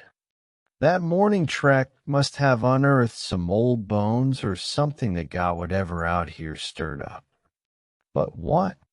I chalked it up to superstition until that night. Night 4. I stoked the stove, leaving my rifle cradled in my lap. I decided to attempt a short video call with my supervisor via the satellite link, explain the prints, the shot, the creature. But before I powered on my tablet, I felt a presence at the window again. I turned, saw nothing, but the glow of the stove's embers reflected 4 shadow shapes behind the glass, standing right outside, a tall silhouette with lop-eared horns or antlers, and 3 smaller ones. radiating even through the frosted glass. Their eyes were blank voids. My teeth chattered as I realized these figures were unblinking, unmoving. I snapped the shutter closed on the window and fired the rifle through the glass again. The blast threw me backward as I squeezed off a shot at the center of the biggest two-legged shape. My heart hammered. In the next flicker of stove light, I saw the largest silhouette stagger slightly, as though struck, then tilt its head long enough for me to glimpse a face. Dried bark fused to a gaunt skull, antler stumps curving down past its shoulders, a jaw that hung like loose parchment. In a moment, even that visage was gone. I remained crouched behind the stove for the next 2 hours, daring not to peer out again. Dawn's first gray filtered in by then. I mustered enough courage to slip outside, rifle cocked. Snow lay deep. I found no footprints from where I'd shot, only a handful of spent shell casings lying in the snow. Slight indentations where each once rested, but no rustling animal prints beyond them. It was as though the beings outside had vanished instantly, leaving no trace except the echo of my rifle. I radioed dispatch at 7:12 a.m. and said, I'm sending coordinates for a possible evac. They replied, understood. Helicopter in 24 hours. That left me alone until then. I collected the casings, bagged them, marked their locations, then hurried back inside. I knew what I needed to do. Follow the ridge to that old service tunnel, now a cave of collapsed timbers, and see if I could find anything. My logic. Maybe there were animal remains or some unnatural spring deep in that tunnel. Maybe whatever painted bones and hung them in the woods had a lair there. I left at 8 a.m. The wind was calm, skies partly cloudy, about 14 degrees Fahrenheit. I strapped on snowshoes and followed the marked Forest Service old road line on my handheld GPS, which matched the 1983 Maps Ridge route. 10 minutes later, I reached a rock outcropping where the tunnel entrance once was. Now it was a half-buried, jagged gash in the ridge, partly collapsed, stained with dark brown moss. Animal tracks, deer, elk, curved around it, but I noticed something deeper, a path of footprints that looked human, boot-shaped, but oddly off-center like a limp. The boot size matched mine, but the orientation was slightly skewed, as though the walker's toes climbed uphill at a 45 degrees angle from my route. I followed those prints into the collapsed entrance, shining my flashlight over fallen beams and half-rotten planks. The interior smelled of earth, damp rot, and something metallic, maybe old mine rails. I tripped over a rusted wheel from a narrow-gauge cart, slammed my shin hard on a metal axle. I hissed in pain. Blood spattered on white snow just outside the collapsed opening. I steadied myself, then crawled inside on hands and knees, about 6 feet deep, half a collapsed tunnel, 8 feet wide. The ceiling pressed close, dripping ice water onto my jacket hood. After 20 feet, the passage opened into a vaulted chamber roughly 15 feet tall. In the dim beam of my headlamp, I saw walls of jagged limestone, chalky white streaks marred by decades of soot and grime. At the far end, raised on a low concrete dais, sat something that made me stagger back, a human skeleton partially draped in rotted burlap, its skull turned toward me as if it watched. Broken at the rib cage, dried viscera had caked within. In its bony hand, it clutched a small leather pouch. Beside the dais lay dozens of bones, animal humeri, vertebrae, rib fragments, arranged in concentric circles as though to form a sigil. The entire circular arrangement measured about 10 feet across. The image sickened me, a grisly altar. I swallowed hard, stomach roiling. The pack on my back felt too heavy. I fumbled for my camera phone, snapped pictures of the scene, trembling. Then I noticed red paint, actually rust, on the cavern floor spelling a single word, belong. My breath iced in my throat. The skeleton's jaw hung open, as though it might be whispering.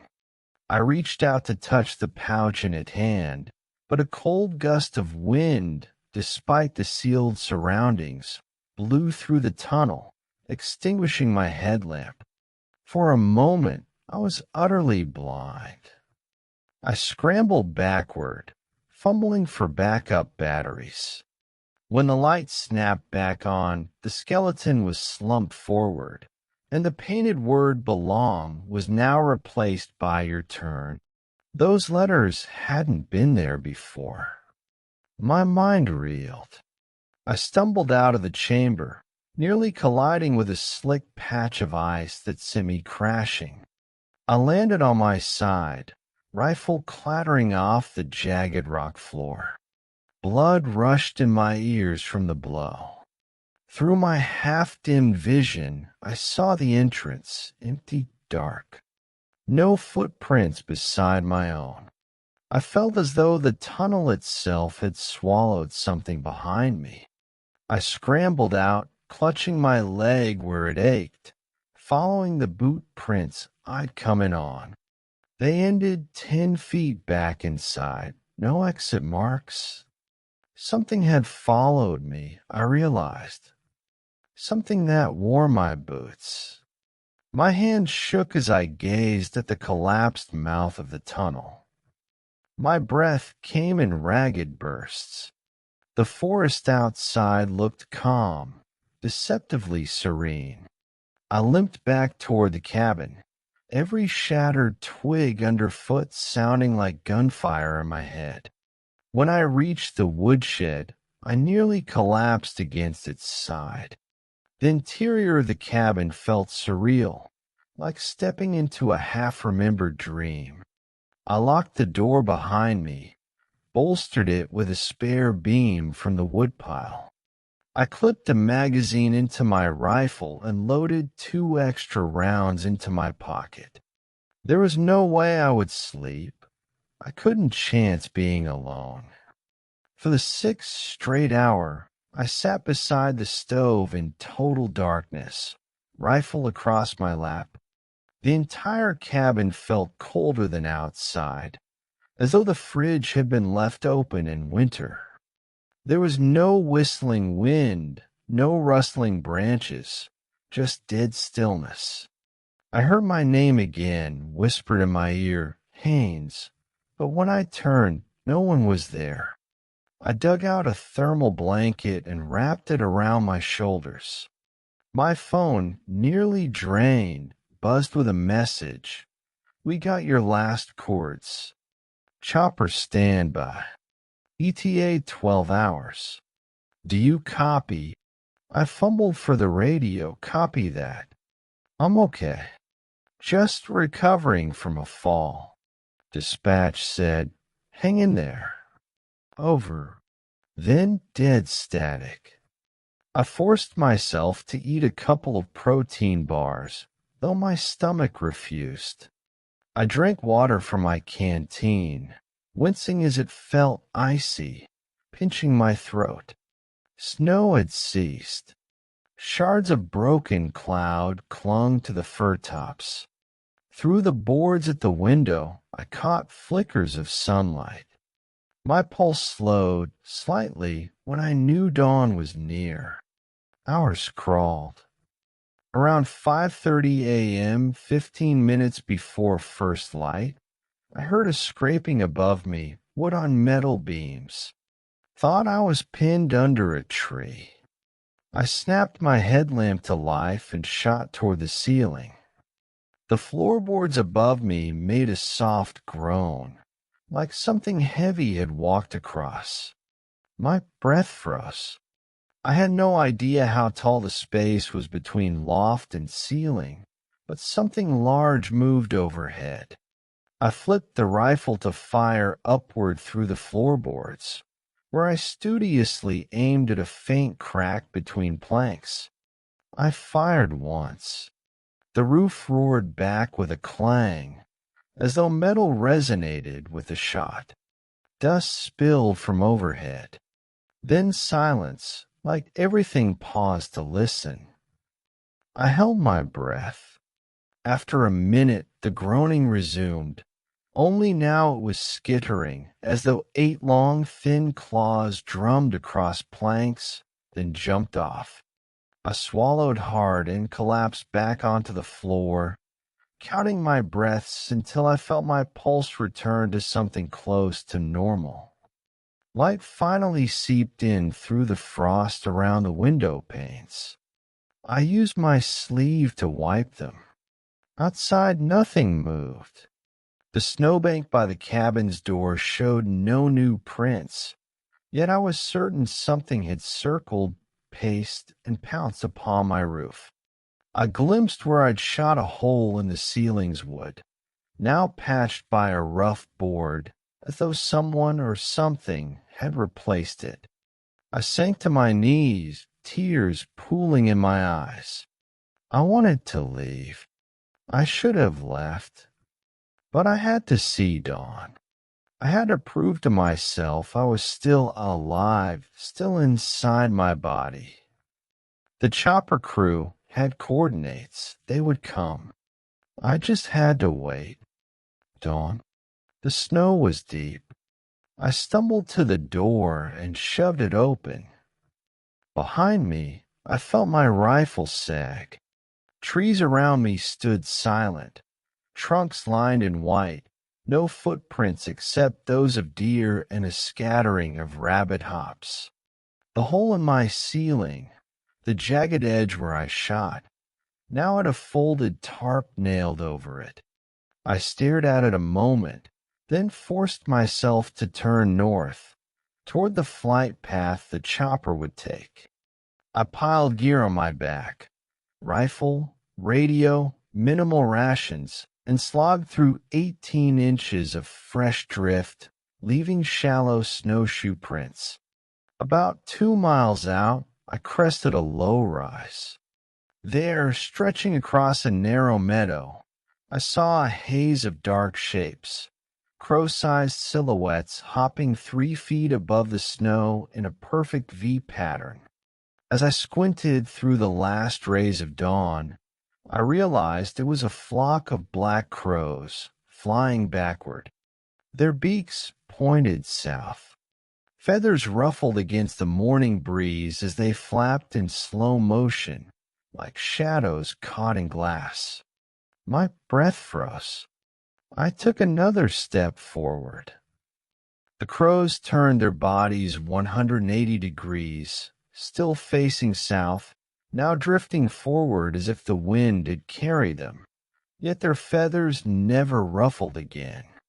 They parted around me in perfect alignment, leaving a space for me to pass where the snow lay untouched. Then, in a single fluid movement, they flipped backside forward and vanished into the tree-line, leaving no trace of wings. My heart stung, and I blinked hard. I stepped forward. On the ground, in the crow's flight lane, I saw more footprints, those same four-toed prints, fanning out from my path in concentric arcs. They pointed right at me, then drifted off into the woods. My pulse pounded. I looked back, no crows, no wing beats, nothing. I raced downhill another half mile until I heard the distant thrum of rotor blades. Twice I thought I saw antlered silhouettes between trees, frozen as though carved from some black obsidian, but every time I raised my rifle, they'd vanish. The helicopter came into view, lowering onto a small plateau. I waved and sprinted up the final slope, chest heaving, boots laced with snow. The pilot was already looping a rescue basket. When I stepped onto the skid, my knees buckled. I sank to my elbows and cried, my tears melting the cold plaster of my cheeks. The pilot looked at me with concern. "Ranger, what happened?" "Over." I closed my eyes and said, "They're out there. They know me." The rotor wash held. We lifted. As we climbed above the tree line, I peered out the side window. Ashwood pines receded into white, then green, then vanished behind cloud cover. I didn't want to look back. The forest floor blurred beneath drifting clouds. I closed my eyes and finally exhaled. Back at the base station, medics checked me over. No major injuries, just bruises, a mild concussion, dehydration. They fed me warm broth at the Ranger Lodge, gave me medical attention, and booked me a counselor appointment for later. In the end, they accepted that something unexplained had happened out there, and they reassigned me to a desk job. They told me to take leave, decompress. I left behind my rifle, my supplies, and the cabin key in a bin in dispatch. Weeks later, when I was back in town, I met my old supervisor at a diner. We ordered coffee. He stared at me over his mug. "Haynes," he said, "I need to show you something." He slid a photograph across the table. It was my cabin, smoldering, half-collapsed, fresh bullet holes in the logs. Dispatch reports said the cabin had burned to the ground in early December, likely from an unattended wood stove fire. But this photo was dated November 14th, 5 days before I arrived. The caption read, "Ashwood Pines Cabin. Unknown cause of internal fire. No survivors." My heart sank. I flipped the photo over. On the back, in neat block print letters, was a single word in what looked like charcoal or ash: "Welcome." Below it, in smaller letters, "It's our turn." I felt the coffee cup drop from my numb fingers. The mug shattered across linoleum. My supervisor stood in stunned silence. I shook my head. "I was there," I whispered. I couldn't finish. My supervisor didn't know what to say. I left the diner. The world outside felt foreign. As I walked to my car, I glanced at the pine groves lining the parking lot. I swear I saw dull antlered silhouettes peering from between trunks, heads tilted, watching. I slammed my car door, started the engine, and faced home. Now and then, I still dream I'm back on that ridge. I hear my name whispered on the winter wind. Sometimes, at odd hours, I smell rot, like a swamp thawing in endless darkness.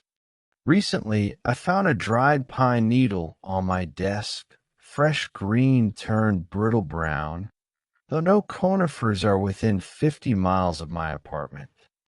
I don't sleep well. I keep my windows locked. I haven't been back to Ashwood Pines. I refused the job relocation offer.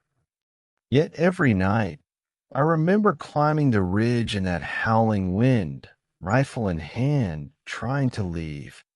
I remember the moment I saw those crows fly backward. And I remember that tap on the window, one fatal moment when I realized I was not alone. Because the things beneath those pines never leave, and now neither can I. They said Whistler's Camp was easy duty.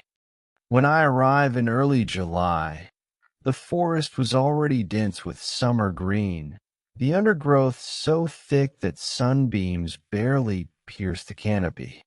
I've been a ranger for 5 years, mostly in the Rockies, Colorado, Utah, Idaho. But I'd never seen Whistler's Camp on any of our district maps. It lay 12 miles up a narrow dirt track from the main park road, a handful of rusting cabins, an abandoned fire tower, and a crumbling supply bunker. The previous ranger, Colby Dent, had vanished 6 weeks earlier. No one bothered to give me details.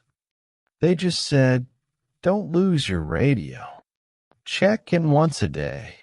I found my cabin labeled Cabin 4, nestled beside a small clearing. No electricity, no running water, just a wood stove, a pile of split oak, a handful of canned beans, and a shortwave radio. The sink was a chipped enamel basin with a hand pump faucet. The propane lamp flickered low when I turned its valve, sputtering smoke that lingered in the corners.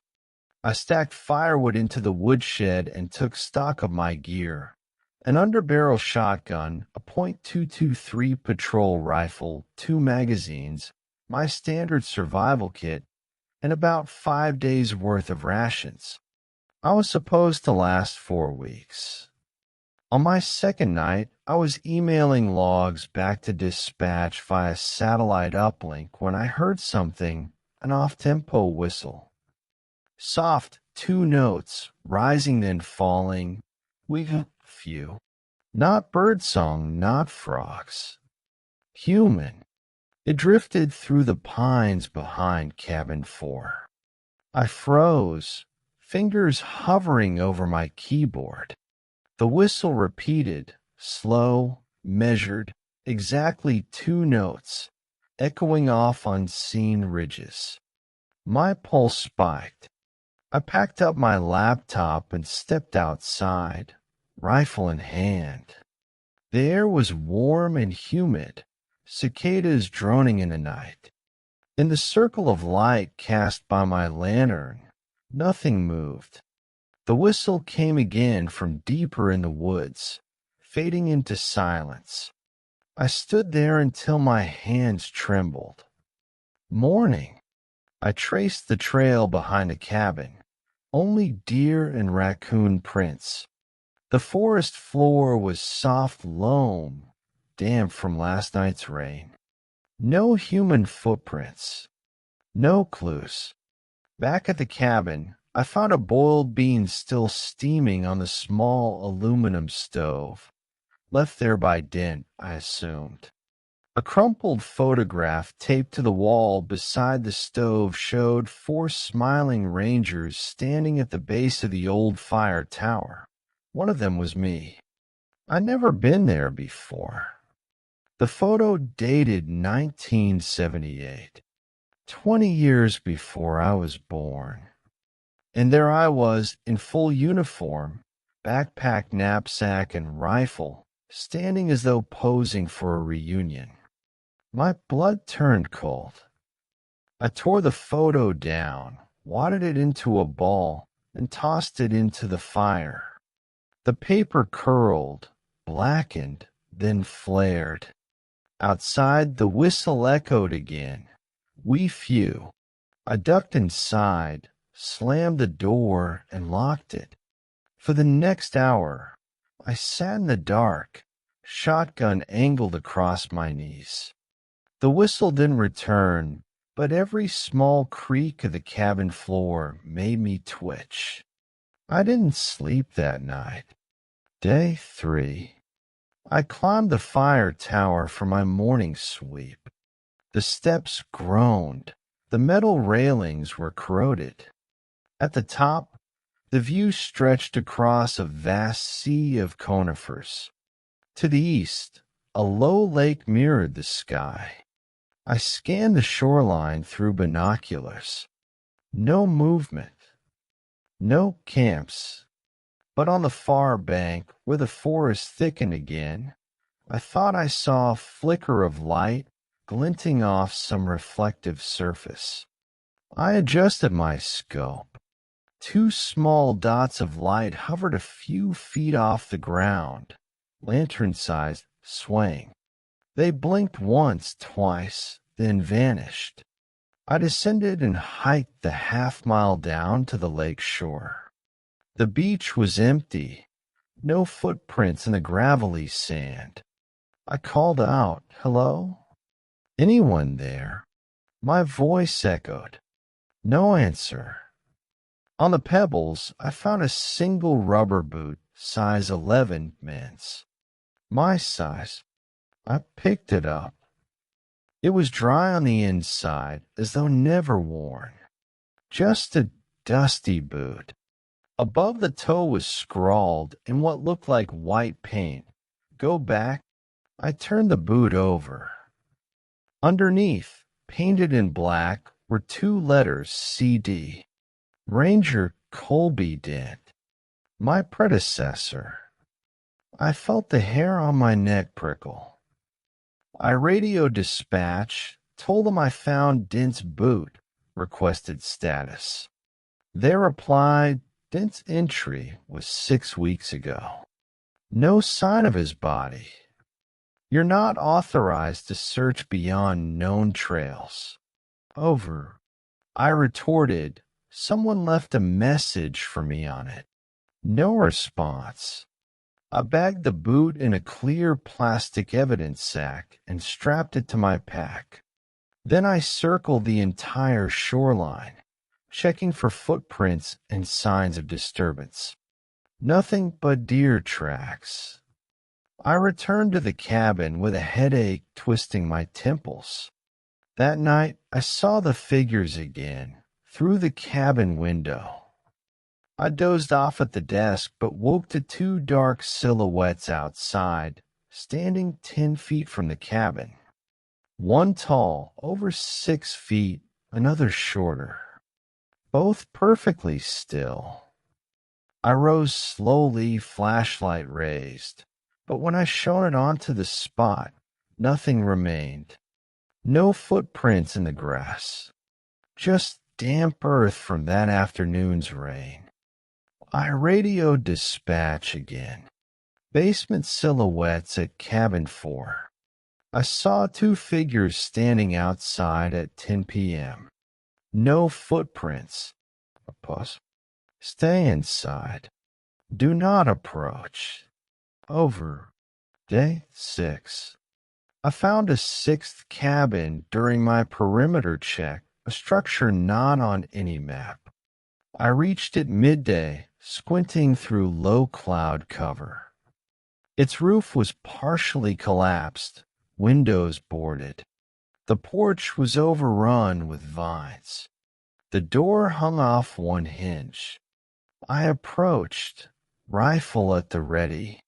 Inside, a single metal bed frame stood on a warped wooden floor. On the nightstand lay a notebook, water-stained, pages torn, a pencil stub at the top. I opened it. The first page read, August 1st, day 1. The whistle calls. It knows my name. Under it, August 2nd, day 2. Yesterday I heard my voice on the wind. I almost walked to it. Then I saw the faces in the glass.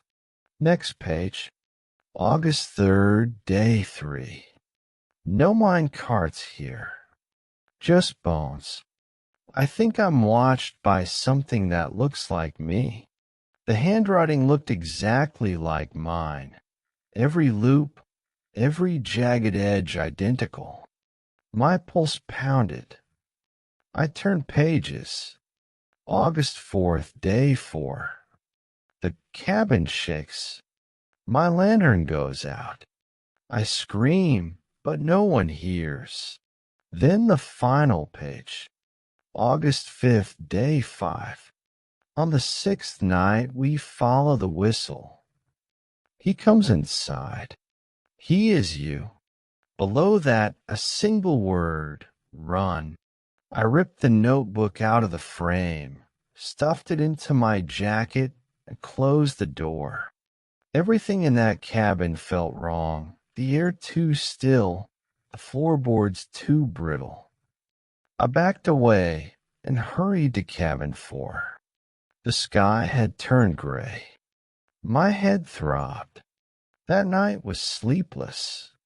I barricaded the door with a heavy oak table, slid chairs under the doorknob, and placed a length of chain across the handles.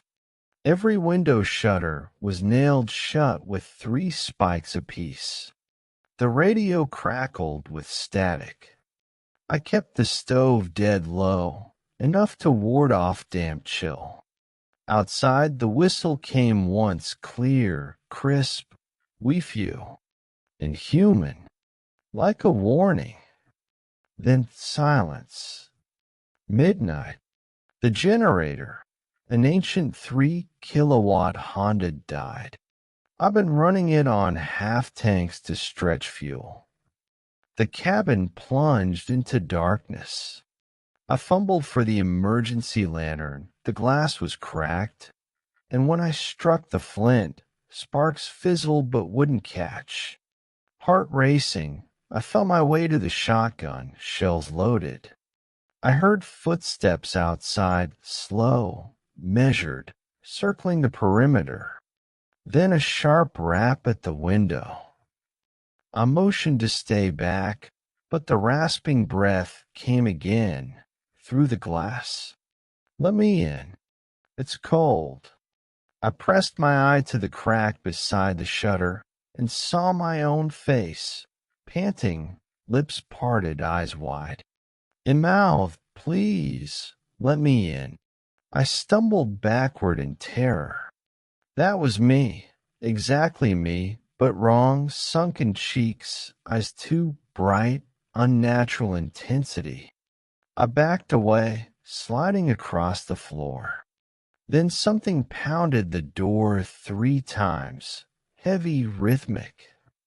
The sound faded into quick, light tapping on the roof, nails or hoofs. The ceiling groaned as if something nimbly crawled above. My breaths came jagged. I prayed for dawn. At 5 a.m., first light bled through cracks. I dared a glance outside. No figure. No footprints. Only deer tracks weaving between tire ruts. I kept the shotgun loaded, paced by the stove until I dared climb into my coat and head for the nearest radio repeater at Cabin 1, 2 miles south. Day 7. I trudged through ankle-deep mud on the connector trail. The forest was oppressive, thick humidity, olive drapes of moss, occasional buzzing insects. No birdsong, no squirrels. I swear I heard whispers, fragments of conversation, my voice someone else's, then silence. When I reached Cabin 1, it was identical to Cabin 4. Wood stove, capped windows, rusted sink. I flipped open the repeater panel, tapped my code, and spoke Ranger Haynes to dispatch, request medical evac. State, severe panic, possible psychosis. Nothing. The speaker crackled, static in my breath. I slammed the hatch. As I turned to leave, I saw movement through the overgrown screen door, bending reeds, shifting shadow. I swung the shotgun. The cabin was empty. On the floor, by the threshold, were footprints. Boot prints of my size, 2 prints leading into the woods. Then nothing. The dirt was undisturbed beyond a dozen paces. I touched my chest. My heart hammered. I fled cabin 1, sprinting back to cabin 4. Halfway there, at a sharp bend in the trail, I found a discarded water bottle of mine. I never filled a bottle on day 7. I used a canteen. It was empty, littering the mud. Whoever left it had done so deliberately, as though to send a message. I reached cabin 4 by 2 p.m., drenched in sweat. I swallowed a cold energy bar, flipped open the notepad from cabin 6, and read the last line again. On the 6th night he comes inside. The 6th night was last night. He tried. He succeeded. Night 7. I stayed awake, packed my gear into a single rucksack, rifle, shotgun, extra magazines, headlamp, flares, water for freeze-dried entrees. I left the door unbarred, too heavy to keep barricaded. So I propped it partially ajar with a wooden stool, ready to throw it forward if someone tried to enter. I removed the busted lantern, set 2 flares on the porch as tripwires. If the line snapped, the flare would ignite. At 11:11 p.m., I heard it, footsteps on the porch, barefoot, slow. The first flare ignited with a hiss. Light flared green-red onto the doorframe. I crouched inches inside, pressed to the floor, shotgun ready. The footsteps paused. The stain of light revealed footprints outside, small, narrow, 9 inches long, for toes splayed outward. They stopped right beside the door. A whisper, "Haynes." My breathing spasmed. The steps returned to the edge of the porch. I heard the screen door shudder. I raised the shotgun. A figure pushed the door inward. I fired. The blast knocked me back 2 feet, felt like a hammer blow in my ears. The figure crumpled, then rose, limp, sewn-shut eyes, pallid face my face. It was a mask of me, skin stretched tight, eyes hollow, lips parted. Blood seeped from its wounds. It advanced on broken legs that bent the wrong way, knees folding backward like a frightened deer. I fired again. The figure dropped backward, body bouncing off the porch railing, fell into the forest. I heard it rise almost instantly, more ragged, more broken than before. It crawled on hands and knees toward me, limbs scraping on the wooden planks. Its lips twisted in a crooked grin. "Come outside." It sounded like me, but rasped and distorted. I reloaded both weapons, emptied the cabin in frenzied clicks. Through the open doorway, heat from the spent charges wafted into my face. I saw no one. The night was still. I waited. Silence. Then again, the slow creak of joints. Light rained down from the moon. No one at the threshold. I backed into the cabin. The screen door swung closed on its own. The figure stood outside the cabin's far wall, pressed flat against the logs, only a dark silhouette. It held its head crooked, eye holes tearing fresh tears. It called, whispered, "Haynes.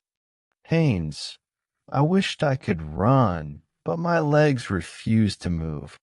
The figure stretched upward, thumb to lip, thumb to nose, like trying to sniff the air. Then it tapped.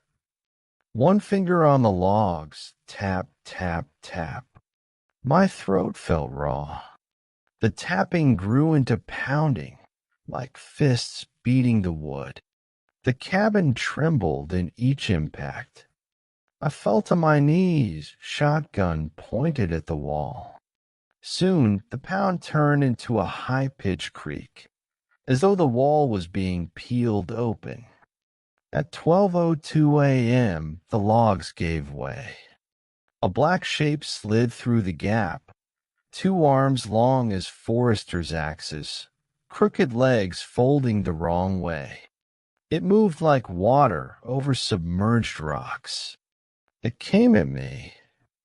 I fired point blank with a shotgun.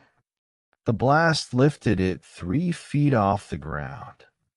I stumbled backward against the stove, dropped to a knee. I fired again. Where the creature had been, nothing remained. No blood, no body, no puffs of steam. Just empty air, echoing with my own ragged breathing. I stared at the scorched logs. The boards where it passed were charred black. I knelt until dawn. Day. When I opened my eyes, sunlight pierced through gaps in the logs. I stood, legs wobbly, and saw no tracks, no footprints, no blood, no moisture where the creature had fallen. I exited the cabin, rifle in hand, scanning the perimeter. Nothing. The forest was again bright and still. Sunrise, or so I thought, mistook a gloom as full day. I hiked to cabin 2 3 miles west, planning to extract myself via the old service trail off the map. Twice I almost tripped over deer skulls, mounted on low branches, each with marked price, tally marks carved into the bone. At cabin 2, I found scribbles on a whiteboard. Don't go to the tower, and it comes for us all. I replaced the message with my own. Need help. Colby Dent's boot, broken lantern, voices in cabin. Please send backup. Haynes. I stationed one of my radios to transmit repeated distress messages. Then I followed the service trail floor. Overgrown, muddy, stinking of rot.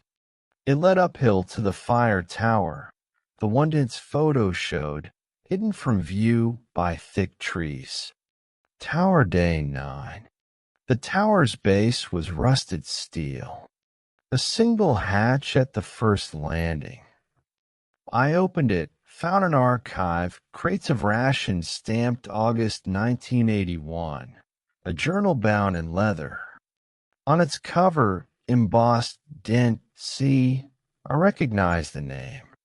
I flipped it open. First entry, August 1st. I'm here. They watch. August 2nd, the whistle calls. I hear footsteps in the grass. It imitates me. August 3rd, I climbed atop. Saw him. My reflection standing behind me in the window. Gone when I turned. August 4th, my lantern died. Something dripped blood onto the desk. No wounds. No explanation. August 5th, I think I am next. The mirror shows me dead. Then the final page, August 6th, when the tower closes, we all become it. The page ended in a jagged slash of ink. My pulse raced. The absence of entries told me Colby Dent never left. He perished here. I shoved the journal into my pack. I climbed the corroded stairs. Each step groaned like a dying beast. On the second landing, I saw a small mirror cracked.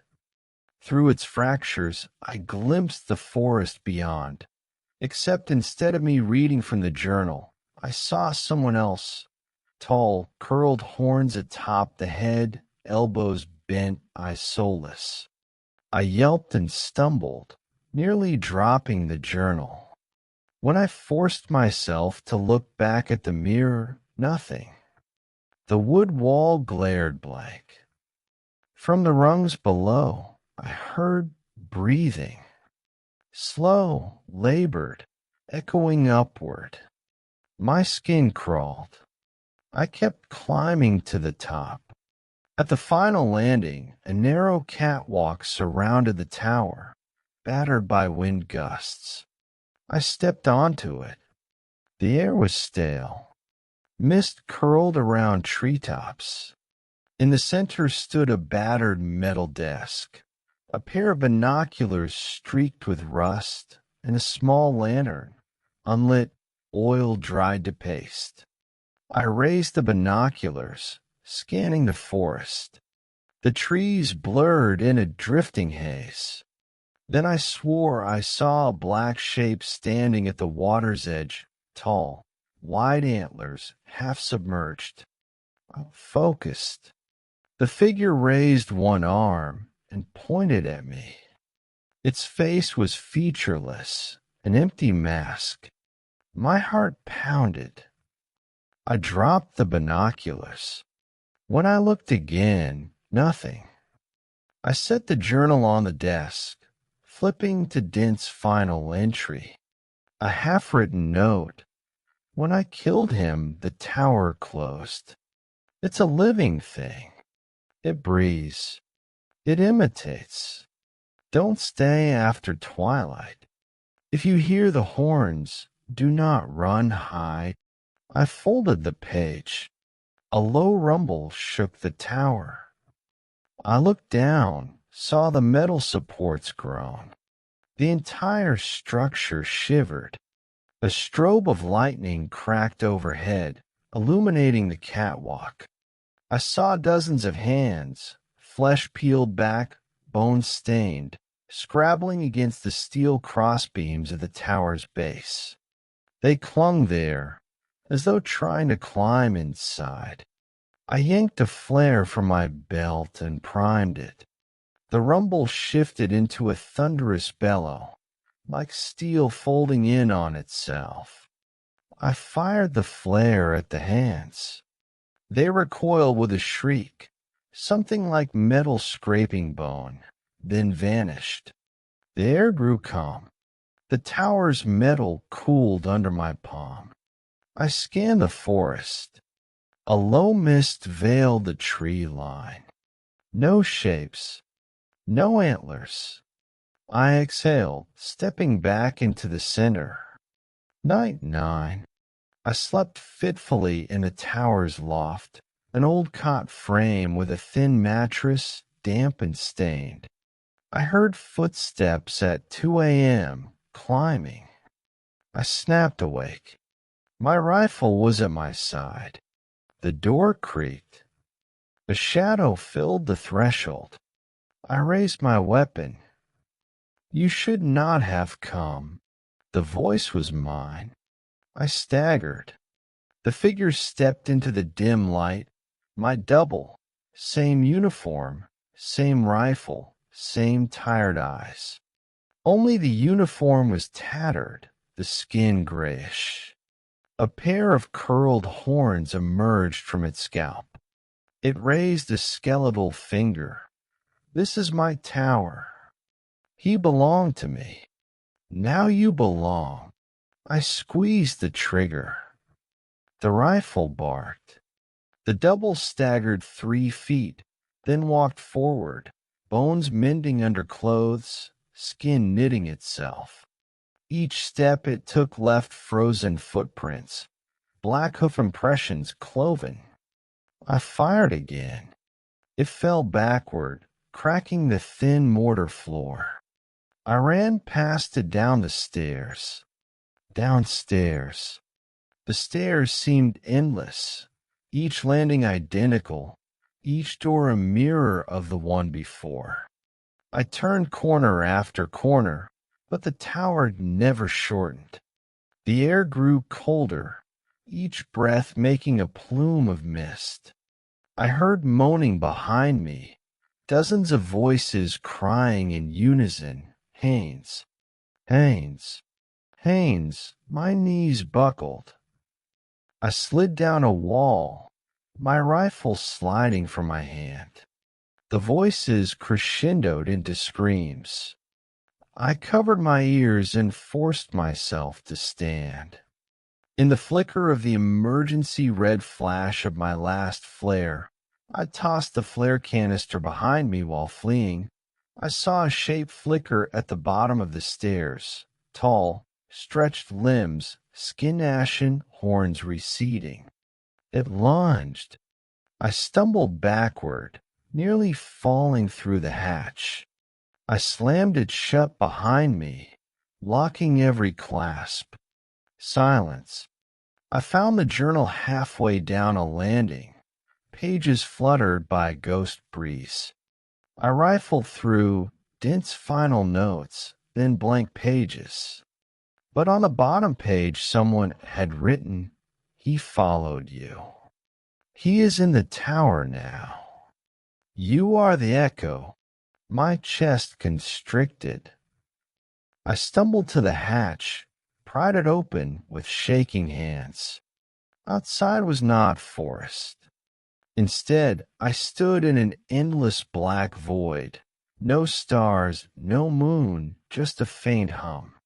A single spotlight illuminated a stone archway 10 paces ahead, carved with symbols, half-bent horns, jagged trees, a mirrored eye.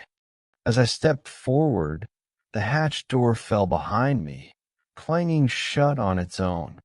I touched the arch. It pulsed under my palm, warm, alive. A resonance thrummed through my bones. I heard hooves clattering behind me. I spun. Nothing but shadow. When I turned back to the arch, it glowed, white fire spilling from the carvings, lighting a path downward beyond the arch.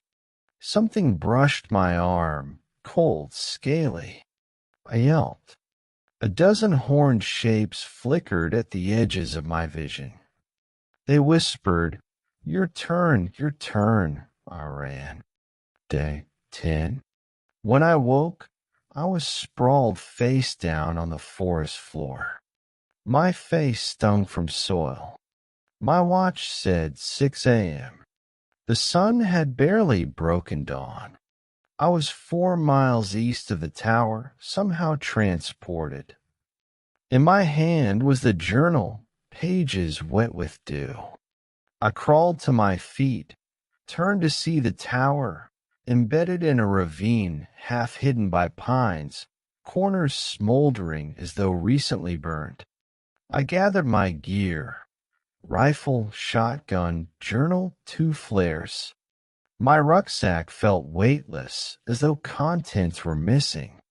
I looked inside, no food, no water, no spare batteries, only the journal. The absence of gear felt wrong, like a shred in the fabric of reality. I braced my shoulders and started downhill.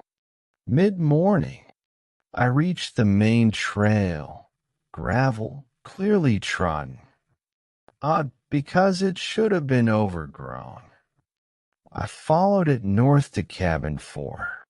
The path led me past Deer Creek, where dozens of skeletons lay half-buried, deer, elk, even a black bear. Each skull had been painted in dull white, tally marks counted off on each forehead, XXXX. I hurried on. At Cabin 4, the door was ajar. My footsteps crunched on broken glass. The cabin interior was identical to how I left it, except every crate was smashed, canned goods scattered, shotgun shells strewn across floor.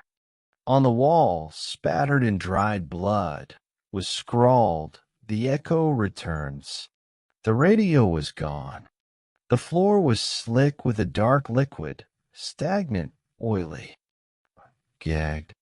I called out, but only my voice answered, echoing once, then fading. I sank to the floor, my back against the wall.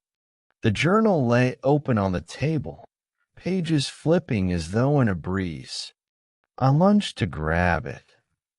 On the top page I read, Whistler's Camp closed 1982.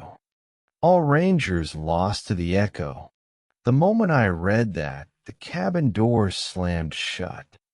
I ducked behind the stove as shattered glass rattled across floor.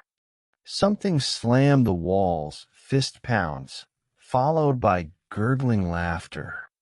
My rifle lay 10 feet away. I had no ammo, only the journal. At 2 p.m., I crawled out a broken window, dirt-covered, bleeding from a dozen scrapes. I made for the old service track, hoping, praying, begging for escape. But the trail twisted, turned, doubled back on itself. Hours passed. The forest grew darker despite midday sun. The pines closed in like a tunnel.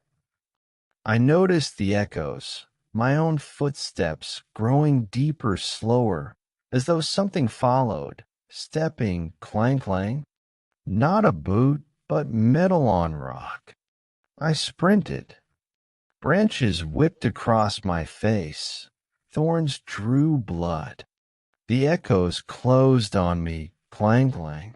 I could see my breath. Something cold pressed against my spine. I turned, nothing. The echoes continued, yet I was alone. Night 10. I found a shallow cave, climbed inside. It smelled of moss and mildew. I collapsed, panting. My flashlight's weak beam revealed etchings on the stone, curved horns, mirrored eyes, tally marks. Too familiar. I opened the journal, fanned through blank pages until the end. New lines appeared. He follows me. I'm the echo. I can't leave. The next ranger will hear my whistle. I felt tears stream. I dropped the journal. A shadow slid over the mouth of the cave, wide antlers blocking moonlight. I raised my rifle. The shadow flickered away. I followed its movement, steps along the path, back toward the cabins. It vanished into pines. My legs buckled. I pressed both hands to the cave floor. At dawn, I would try to retrace my steps. I wouldn't leave the journal. If I died, someone would find it. At 3:13 a.m., I awoke to horn notes, a whistle from deep within the cave. My breath froze. The whistle was identical to the one I'd heard at the beginning. We few. I traced it to the cave's black depths.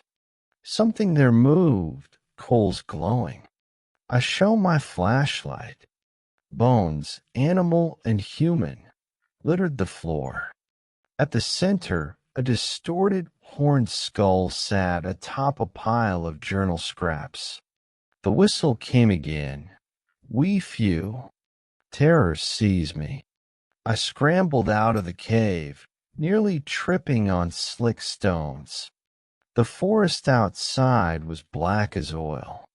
I ran, stumbled, fell. The whistle trailed behind me, coming closer. We few, we few. I leaped to my feet, sprinted again until I heard cracking wood. Cabin 4? I blinked, a faint glow beyond the trees. I ran toward it. The cabin's silhouette shimmered in the haze, windows aflame with lantern light. I crawled to the back door, lifted a corner. Inside, the stove was lit. A flickering lantern hung from a nail. Dinner simmered in a pot, a canned vegetable stew. A chair faced the table on which lay the journal. My name was written in fresh ink on the cover, Dent C, scratched out and replaced by Haynes. My hand shook. I wanted to scream. At that moment, a silhouette moved behind the stove, tall crouched. I backed away, rifle raised. The figure came into view. My double, skin gray, horns curling from the scalp, clothes rotted, eyes hollow. It spoke in my voice, "Welcome back, Ranger Haynes. Join me by the fire." I fired. The blast tore through its chest. It staggered, illuminated by the stove fire. As it fell, its skin melted, leaving a monstrous, bone-spiked form dripping black ichor.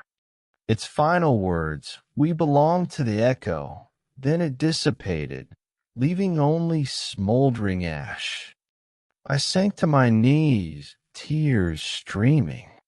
I scooped up the journal, yanked the pages free, and set them ablaze in the hearth. The fire crackled, flames leaping, consuming ink. The walls shuddered, wood warped. I stared at the mirror once hung above the stove. In its smoky surface flickered countless reflections, dent countless empty faces. Then the glass shattered. I ran. Outside, the forest swallowed me. Leaves rustled in wind that hadn't been there. The whistle wound through the trees. With you, with you. I sprinted until dawn. Morning. I staggered onto the main park road. Road crew found me, collapsed, clothes shredded, journal ashes in my hand.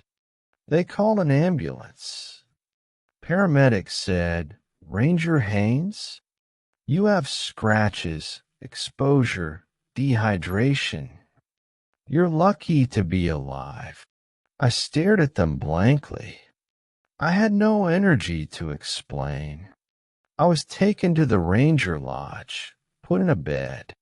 When I awoke, dispatch said, "Whistler's camp burned to the ground last night. We received satellite alarms for fire at 3:15 a.m. No survivors found. Nothing left but rubble." Over. I closed my eyes. My vision blurred. The forest beyond the lodge's windows looked alive, trees swaying gently in a breeze. They gave me leave. I left my uniform, all gear, dog tags, boots, in a storage locker. I didn't return for 6 months. When I finally went back, the site was obliterated, burned out pylons, metal fragments, charred earth. Park staff said they found 2 sets of partial human remains. One matched ranger Dent's DNA, the other unidentified. No cause of the fire. I sit in a small apartment now. No television, no radio. At night, I hear a whistle, just a ghost of wind through the limes. I wake before dawn, my pulse hammering. I tried therapy pills, none work. Sometimes I dream I'm in a steel tower, climbing steps that never end. Then I huddle in a darkened cabin, hear the footsteps on the roof, and I whisper, "We few, we few." I have the photograph Dent left behind, the one showing 4 rangers by the tower. My face is there. On the back, scrawled in black ink, "Next." I don't know if someone will take my place. I don't know if the echo calls others, if it ever sleeps. But I know this, once you hear that whistle, you never truly escape. I should have heeded the warnings about the Red Lantern Trail. When I accepted the assignment in early June, I thought it would be routine. Trail maintenance, occasional camper checks, wildlife surveys. Nothing unexpected for a park ranger who'd worked in Idaho's backcountry before. But the first moment I saw the trailhead sign, I sensed something off, The wood was bleached so white it looked bleached by moonlight. The words Red Lantern Trail carved in faded crimson paint that had long since cracked. Below the title, someone had scrawled in shaky black letters, "Stay away at night.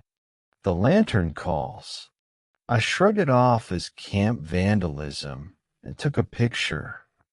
I parked my truck, strapped on my day pack, lights, first aid kit, radio, field notebook, and headed into the conifers at exactly 7:03 a.m.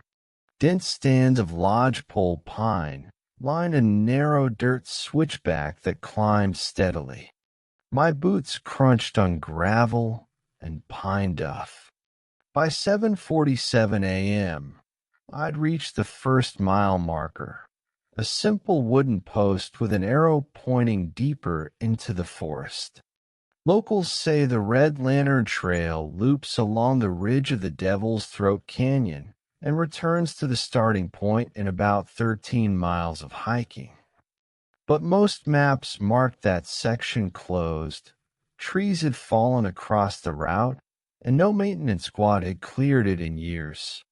Yet my assignment was to inspect the entire loop, listing hazards, checking for fallen trees, and making notes for the summer's crew. If the trail was truly impassable, I'd record it and move on. Easy. By noon, I'd covered 5 miles. The canyon below gaped wide, river glittering at the bottom. I paused at a rocky overlook, logged latitude and longitude in my field notebook, and refilled my water bladder from a trickling spring. I noticed a faint glow on the opposite ledge, a flash of red light hovering among the trees about 6 feet off the ground. I squinted, a lantern, perhaps someone's down pack, but when I looked again, the glow was gone. I dismissed it. Could have been sunlight glinting off a droplet or a red jacket from a distant hiker. I continued east, checking mile markers 6 through 8. Trail was narrow, overgrown in places, but passable. Around 1:45 p.m., I found a section of trail collapsed into the canyon, an old wooden footbridge long since rotted through. I flagged it in my notebook, bridge at 6.8 miles, impassable. Recommend reroute. Then I backtracked half a mile to the nearest marked spur that led to a service road. I reported my findings at 2:33 p.m. via radio. Dispatch, copy that, Ranger Haynes. We appreciate your report. Over. I hiked back past mile 5, heading west now toward the trailhead. My pack felt lighter without the bridge inspection tools. I passed the overlook again. At exactly 3:07 p.m., I glanced down and saw faint footprints in the dust below the ledge, a single set of mid-size hiking boots. They trailed off toward a hidden gap in the trees, but I couldn't see where they ended. I logged it anyway, 5.3-mile overlook, footprints leading off toward red-painted stones and underbrush.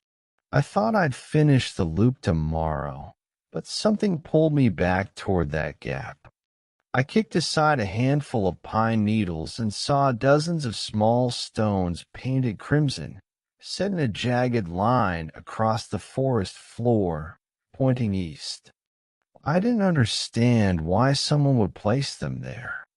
I dropped my pack and followed the line. Each stone was thumb-sized, smooth, freshly painted with chipped red. They curled around a gnarled oak. On its trunk, carved deep into bark, "Do not follow." Beneath that, in smaller letters, "or become lost." Goosebumps rose on my arms. I paused, weighing the decision. When you work in the wilderness, Curiosity kills more rangers than mountain lions ever do. But the stones intrigued me. I looked at my radio. Dispatch, this is Haynes. I may deviate from route for unidentified trail markers. Requesting authorization. Over. Static. No response. I cursed. That pocket of forest sometimes cut off signal. I decided to follow the stones. Each painted rock led deeper away from the main trail. The forest grew darker, canopy thicker, even though it was mid-afternoon. Pine cones fell like drumming raindrops. My watch read 3:23 p.m. when I reached a cluster of 3 oaks, their trunks ringed by what looked like moss-covered bones, twisted deer ribs, part of a jawbone, some jagged phalanges. The second carving, last one vanished day 3. Day 3. That meant someone had likely been here 3 days ago. Maybe a hiker, hunter, or another ranger. I rubbed my chin. There were no current missing person alerts for this region. I checked my radio again. Still nothing. Then I heard it, a faint whistling, high-pitched. 2 notes echoed among pines. We few. My heart clenched. That was the same whistle I'd heard in the cabin files down at Dispatch. Hints of a missing backpacker named Devin Grant, last known to be hiking the Red Lantern Trail. I gripped my rifle, set on stun shots, and followed the whistle east, though it drifted away as soon as it started, further than I could run. I stumbled over underbrush until I reached a rocky outcrop. From there, I saw the canyon below twisted like a serpent. To my right, the canyon's edge, I saw someone. A lone figure turned away, facing the gorge. Boots, hiking pack, denim jacket. I called out, "Hello?" Devin Grant. The figure did not move. I circled, careful to keep low. When I was 10 feet behind, I snapped a photo.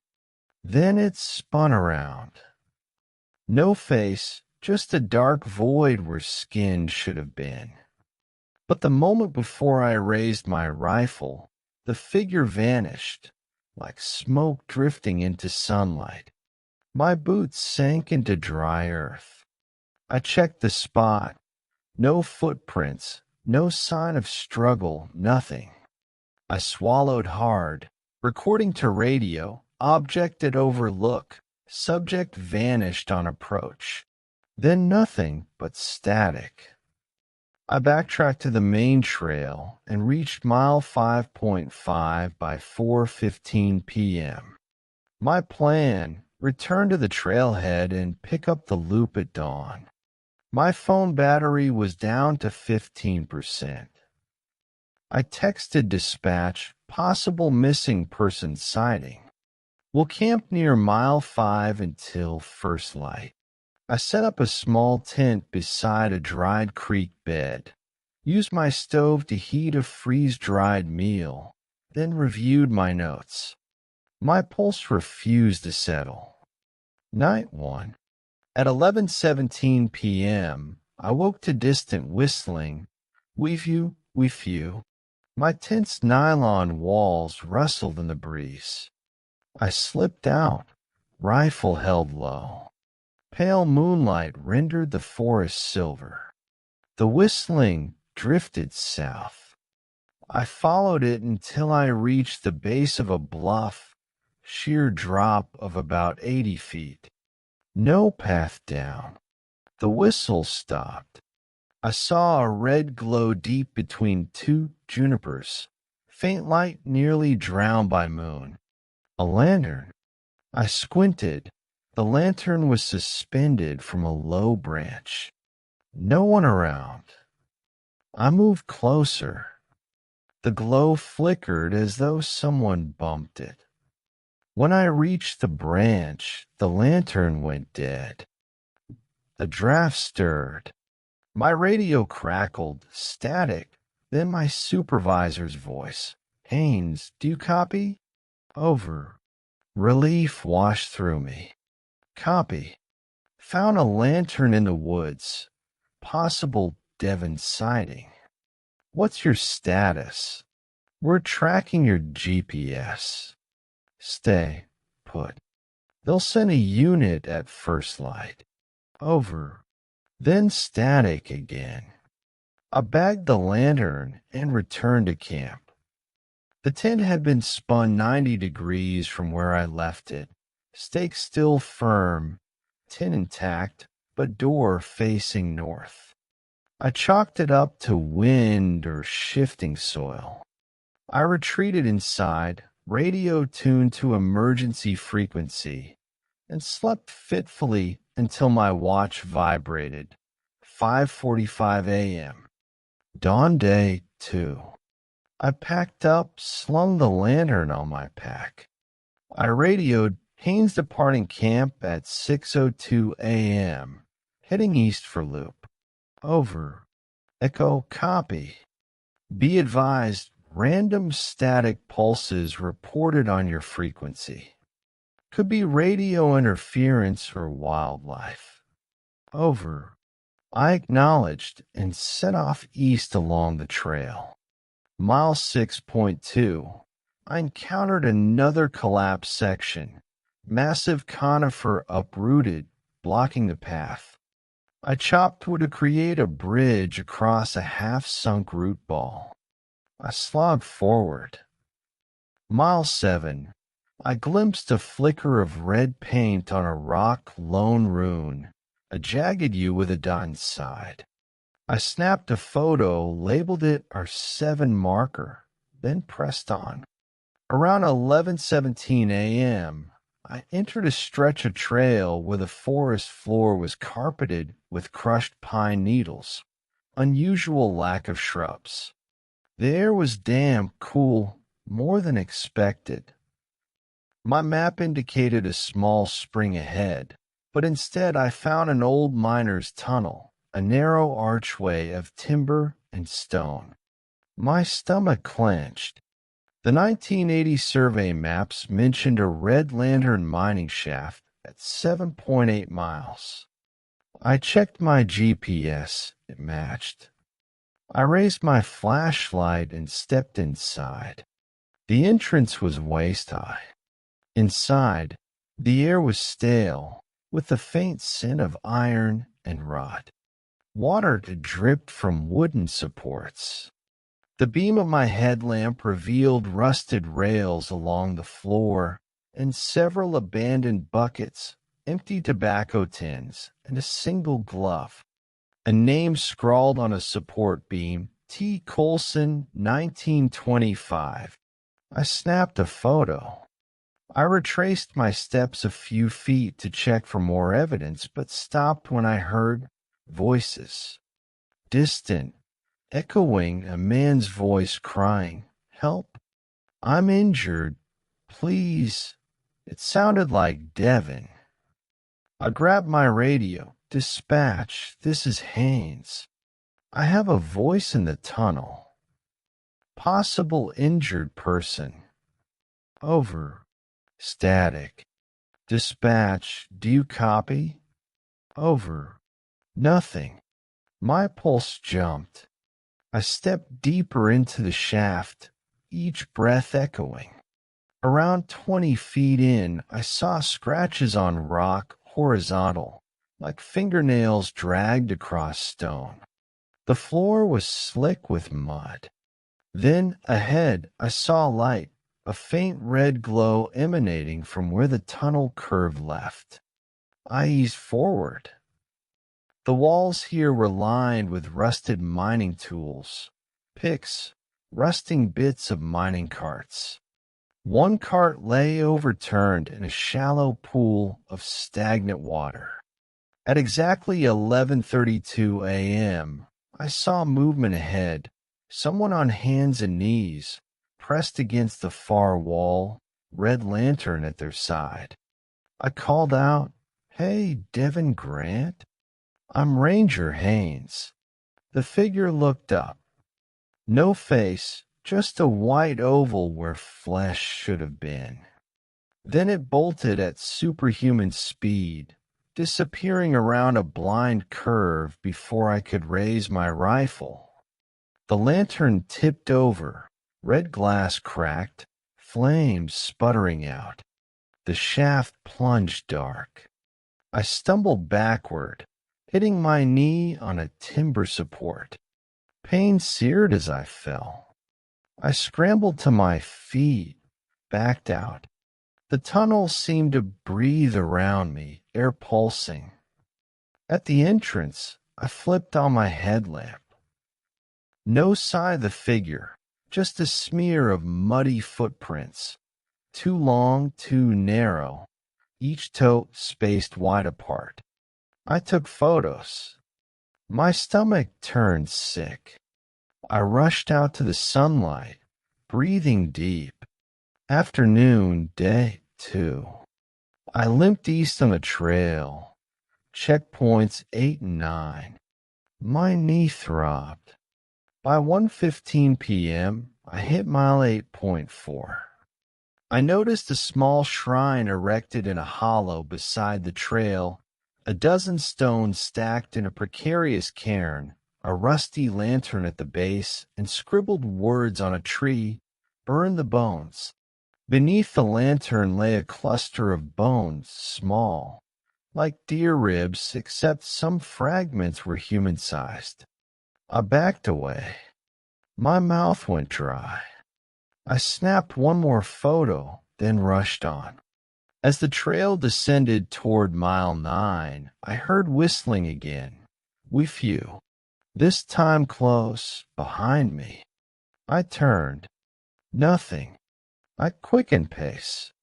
The whistle followed me, matching each step, as though someone mimicked my gait. My breath quickened. I looked again. A red lantern bobbed between tree trunks 50 yards away. No person attached, just light floating. I pointed my rifle. It flickered, then exploded in a flash of flame. Too bright, too scorching. A wave of heat knocked me off balance. I stumbled back, burned hair on my arm. The lantern spun, then vanished, gone before I could re-aim. I dropped to hands and knees. My mind reeled. Fire that existed without fuel, flame with no origin. I radioed in, "Mayday, this is Haynes. Unidentified fireball on trail. Possible person of interest injured." Over. Static. No one answered.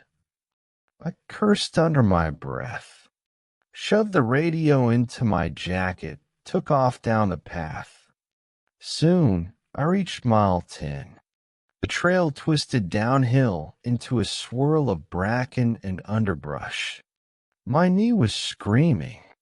I hopped on one foot, slid, crouched, limped until I reached an overgrown side path, narrow, barely a foot wide, leading south.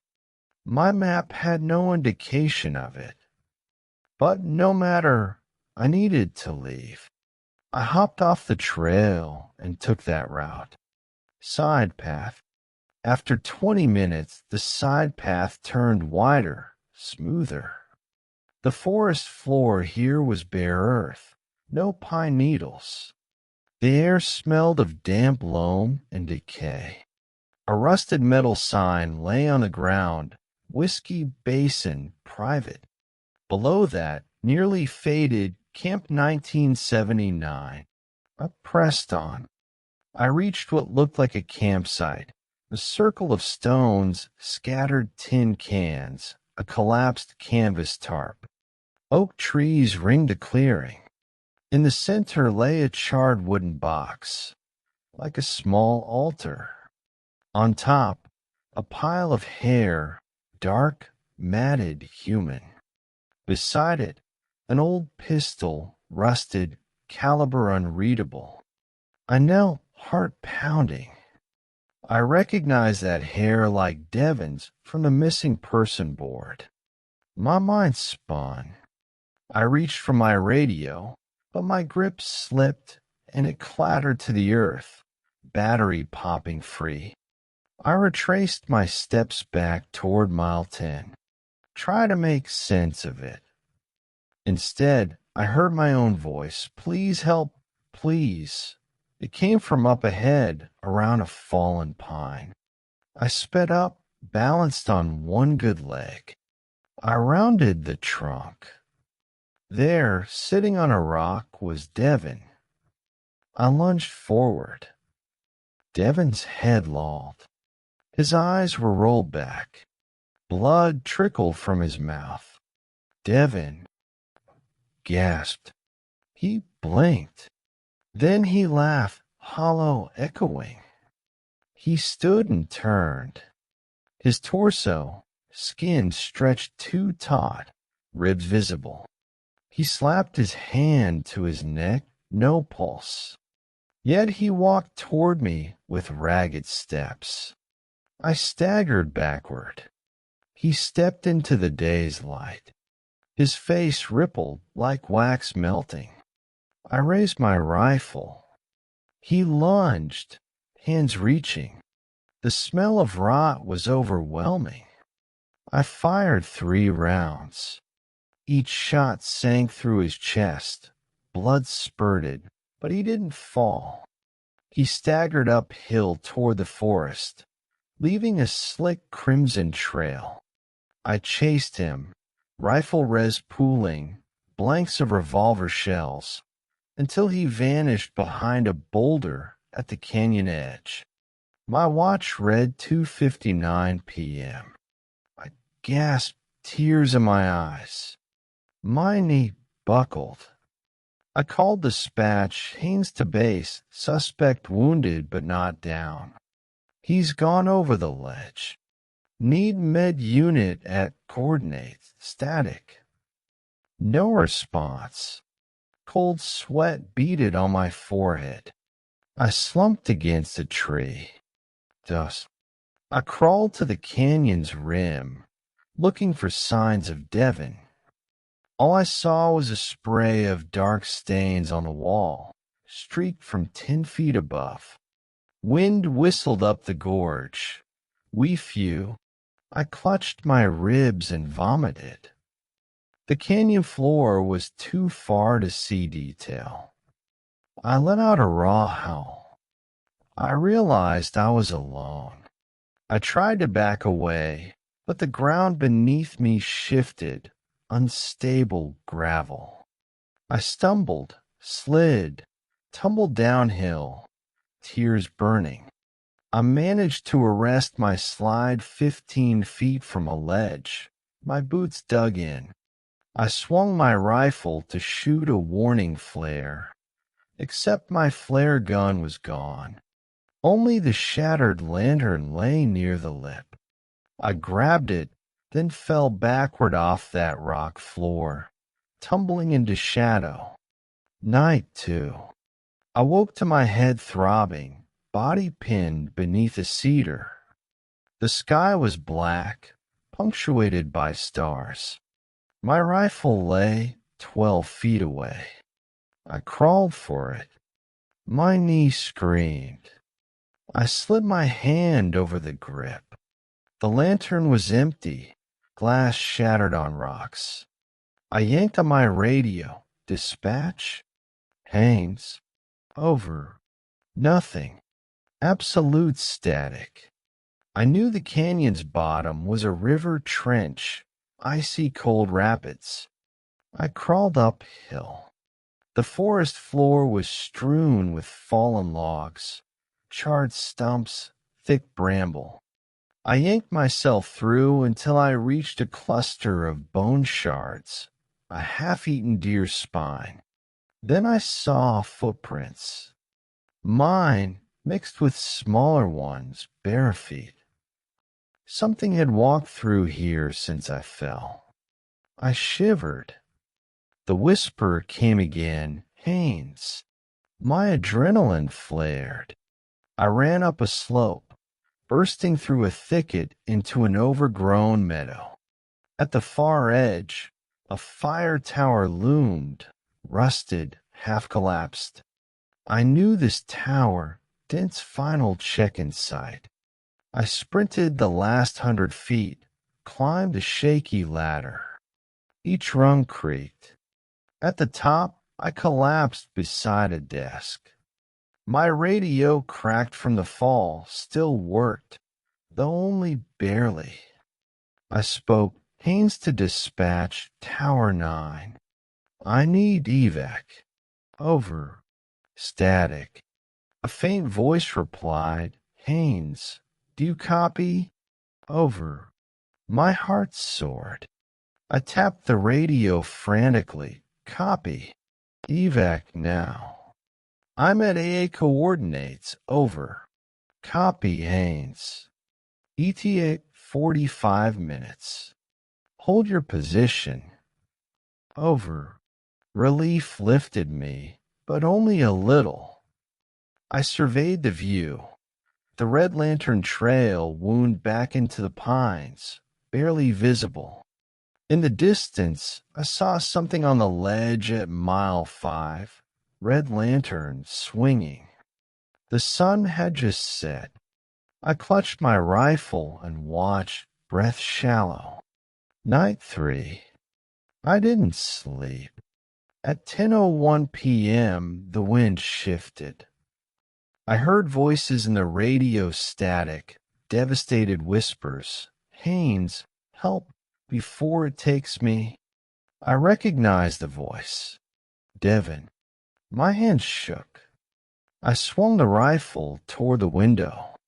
2 glowing eyes appeared among the trees. A shape moved silently through alder. I fired a warning shot. The shot echoed. The eyes blinked, vanished. I slammed my radio to airtime. Haynes to dispatch. Intruder on tower. Evac delayed. Static. The wind howled through broken windows. I crawled around the desk, found a map, Red Lantern Trail, loop marked closed. At the bottom, someone scribbled, "No runner escapes the lantern." I traced the loop with trembling finger. It made no sense. Every path merged back to the ridge. No escape. I dropped the map, leaned my forehead against the cold metal. My chest burned, lungs tight. I heard my own voice behind me. Haynes. I spun to see my reflection in a cracked glass panel. Except it wasn't me. Eyes black voids, skin pale, mouth stretched in a grin. I raised my rifle. The reflection raised its glassy hand. I squeezed the trigger. The report deafened me. I stumbled backward. The glass panel shattered from within. The shape dissolved into nothing. I staggered, heart pounding. The tower creaked. The floor vibrated as if something huge roamed beneath. I forced breath, listened. Silence. I cursed, slung my pack, and descended. Each stair felt 10 feet high. On a landing halfway down, I saw footprints in the dust, four-toed, elongated, each step far larger than mine. They trailed to a hatch leading to a ladder into a hidden crawl space behind the tower supports. My pulse hammered. I peered inside. Darkness. The faint glow of phosphorescent lichen lined the walls. I dropped my pack and crawled in. Crawl space. The tunnel ran 3 feet high, 6 feet wide, curving under the tower base. My headlamp illuminated mica-flecked walls, dripping moisture. The air stank, wet earth, rot. My radio beeped, a faint digital tone. Haynes, where are you? Not dispatch. Someone else. I whispered, Haynes here. Haynes, you followed the lantern. It's too late. Hurry, before it closes. The line went dead. My heartbeat thundered. I crawled deeper. After 15 feet, the tunnel opened into a cavern, circular, 10 feet in diameter. In the center, a cluster of bones, deer, elk, and human ribs arranged in a ring around a red flickering lantern. The flame churned as though it burned in water. I flicked on my rifle flashlight. The cavern walls bore ancient carvings, horned figures clutching rangers like me, distorted faces with mirrored eyes, tally marks that spiraled downward. At the cavern's edge, a small pool of water, dark as ink. I saw the reflection of the lantern and something behind me, a figure standing in the tunnel's entrance, tall, lanky, antlers draped over shoulders like a crown. I spun, raised my rifle, but the figure was gone. I stumbled back. The lantern's flame soared, lighting the carvings. In the wavering glow, I saw a single word etched into the stone, lost. I dropped my pack, kicked the bones aside. The cavern floor vibrated, like a heartbeat. The flame flared redder, sending sparks into the circular chamber. A guttural voice rumbled from beneath. We few. We few. My legs buckled. I fell backwards, struck my head. The lantern shattered, plunging the cavern into darkness. I awoke panting, pinned under my pack. Light filtered in from the tunnel. My head pounded. I pushed myself up, yanked off my pack.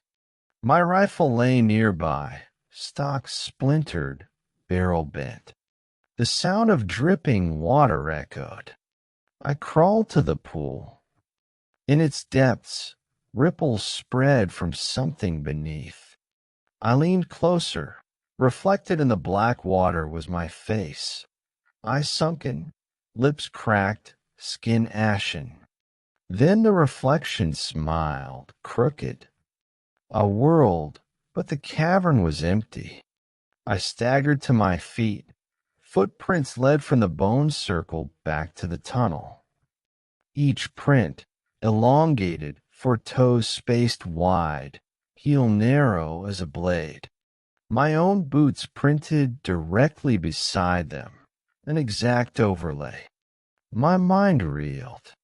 I threw my pack on, limped to the tunnel, and crawled out.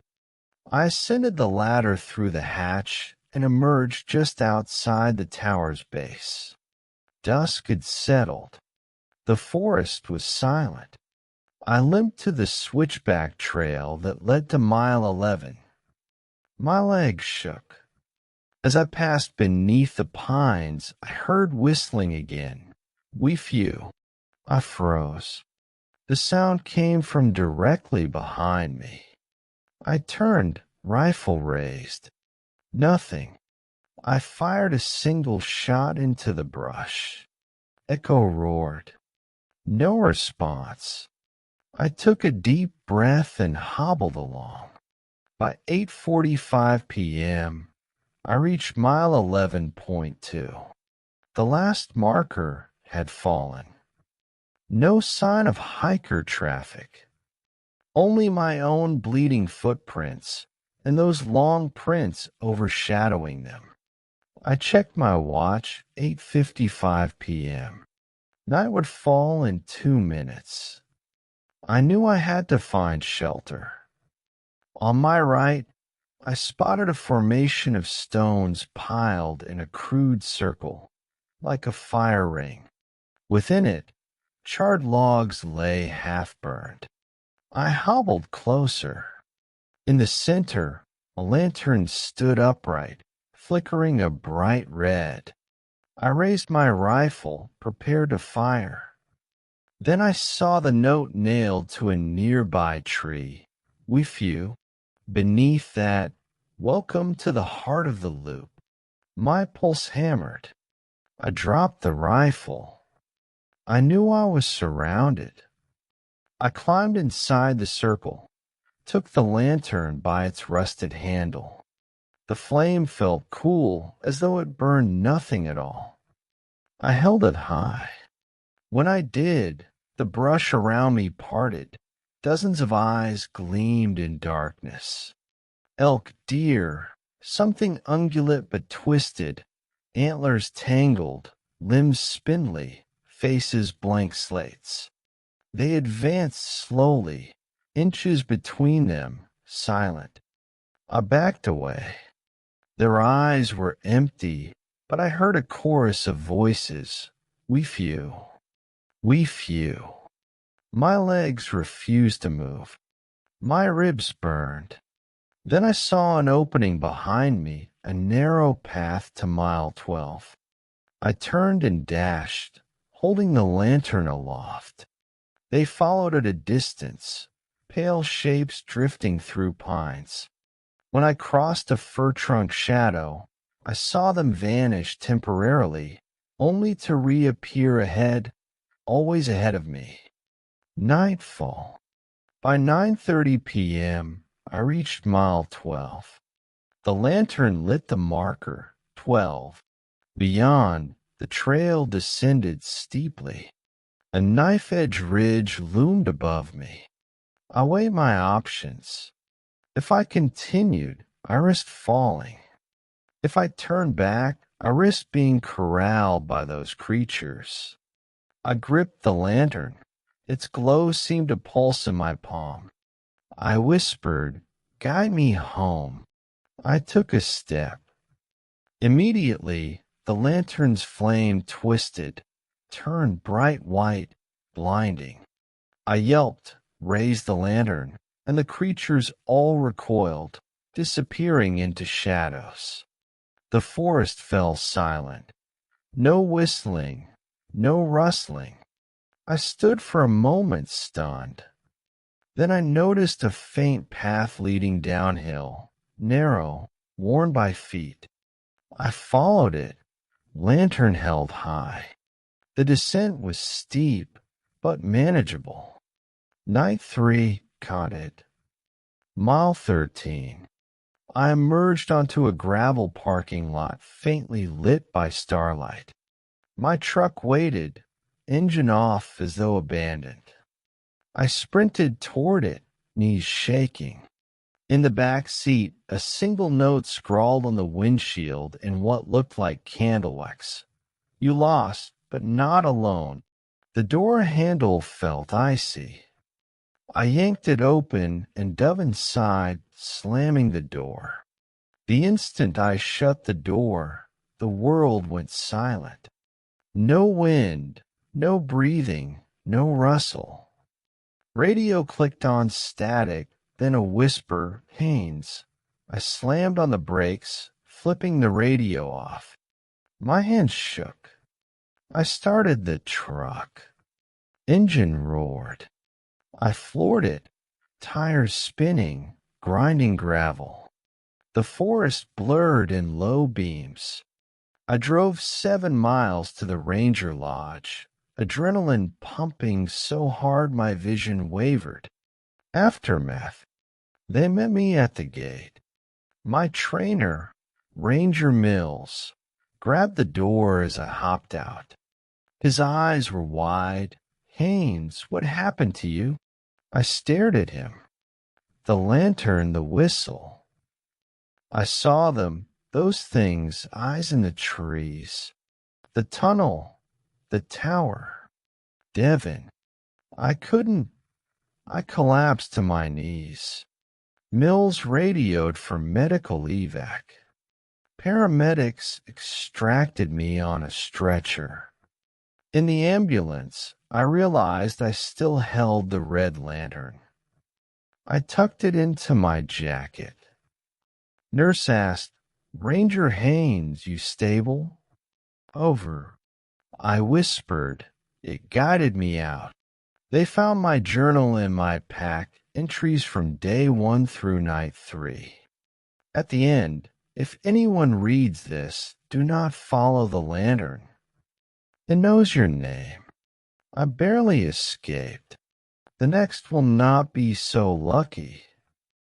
Weeks later, I sit in the Ranger Lodge's infirmary, my knee in a brace, head throbbing. They closed the Red Lantern Trail indefinitely. Helicopter flew me out along with 2 search teams who found no trace of Devin Grant, only scattered bones and crushed pine needles in that cavern. My replacement, the new ranger, primarily assigned to lower elevation duties. I gave him my radio, my boots, and my uniform. I refused the desk assignment. Instead, I asked for leave. When I leave campus, I still carry the lantern in a duffel bag. Sometimes at dusk, I take it out, polish the glass until it glows dim red. I whisper into the flame, "Keep them away." They know my name. At night, I hear that faint whistle outside my window. Weefew, woofew. My pulse spikes. I clutch the door frame. I know the lantern saved me, just barely, when the trail warped into a loop designed to trap souls. I don't know what those creatures were: elk spirits, deformed wendigos, echoes of past miners, or something older. But I know this: they are out there, waiting. The Red Lantern Trail is their domain. They keep its secrets, and their whistle beckons anyone who dares venture too close. I never returned, but I never truly left, because the lantern stays with me, glowing red, guiding me through nightmares. Sometimes, when I close my eyes, I see the tunnel's dark curve, the lantern's flame, and the carvings on the stone, lost. Then I wake to the faint echo of a few. I grab my rifle, but in the silence, I realize there is no second chance. The lantern calls again, and I am lost once more. End of Red Lantern Trail. The posting was supposed to be temporary, just 2 weeks, until they found someone permanent. When I stepped off the helicopter into Old Hollow Preserve, the world felt different. Moist air clung to my uniform. The pines towered so tall their tops disappeared into mist. They'd sent me because Ranger Whitaker vanished 2 weeks ago on this same trail. Headquarters said they needed someone experienced for a short fill-in. Just trail checks, wildlife counts, routine patrolling. They didn't mention the elk. The chopper pilot set me down 2 miles from the preserve's back road, dropped his gear, and took off with a roar. As the blade spun out of sight, I felt breathless, not from altitude, but from how quiet it was. No bird calls, no wind. The only sound was the low hum of the chopper fading. I glanced around. 3 mature, moss-draped pines flanked a clearing. A simple cabin stood at the center, stone smokestack intact, with logs weathered gray. That cabin will be my home. On its door was scrawled in white paint, "Do not beg the LK." My pulse quickened. I had to be mistaken. Someone's idea of a prank. But no one else was around to laugh. Inside, the cabin smelled of damp wood and stale pine resin. A wood stove sat cold in the corner. A single bunk, a rickety folding table, and a battered rifle rack empty. The only gear left was Whitaker's kit: 2 heavy packs, a first aid roll, a canteen, and a rifle with no cartridges. I slung my pack behind the door, set my own radio on the table, and swept the cabin for supplies. A note on the wood stove read, "Fuel left in shed. Keep fire hot. Trust no one." I stared at it. The handwriting was jagged, letters uneven, possibly Whitaker's. But the last entry I saw in dispatch log showed nothing unusual until he left for his patrol 5 days ago. They sent a standard blank check, "We'll follow up soon" reply, then no word. I unrolled a large map on the table. Trails circled the preserve in 3 loops. One was labeled Elk Ridge Path, where they said Whitaker vanished. The sun dropped fast. By 6:30 p.m., dusk already gathered under the canopy. I split an armload of wood for the stove, lit a small fire, and checked my radio, static. I called dispatch, Haynes to dispatch. "I'm on site at Old Hollow Preserve. No sign of Whitaker yet. Over."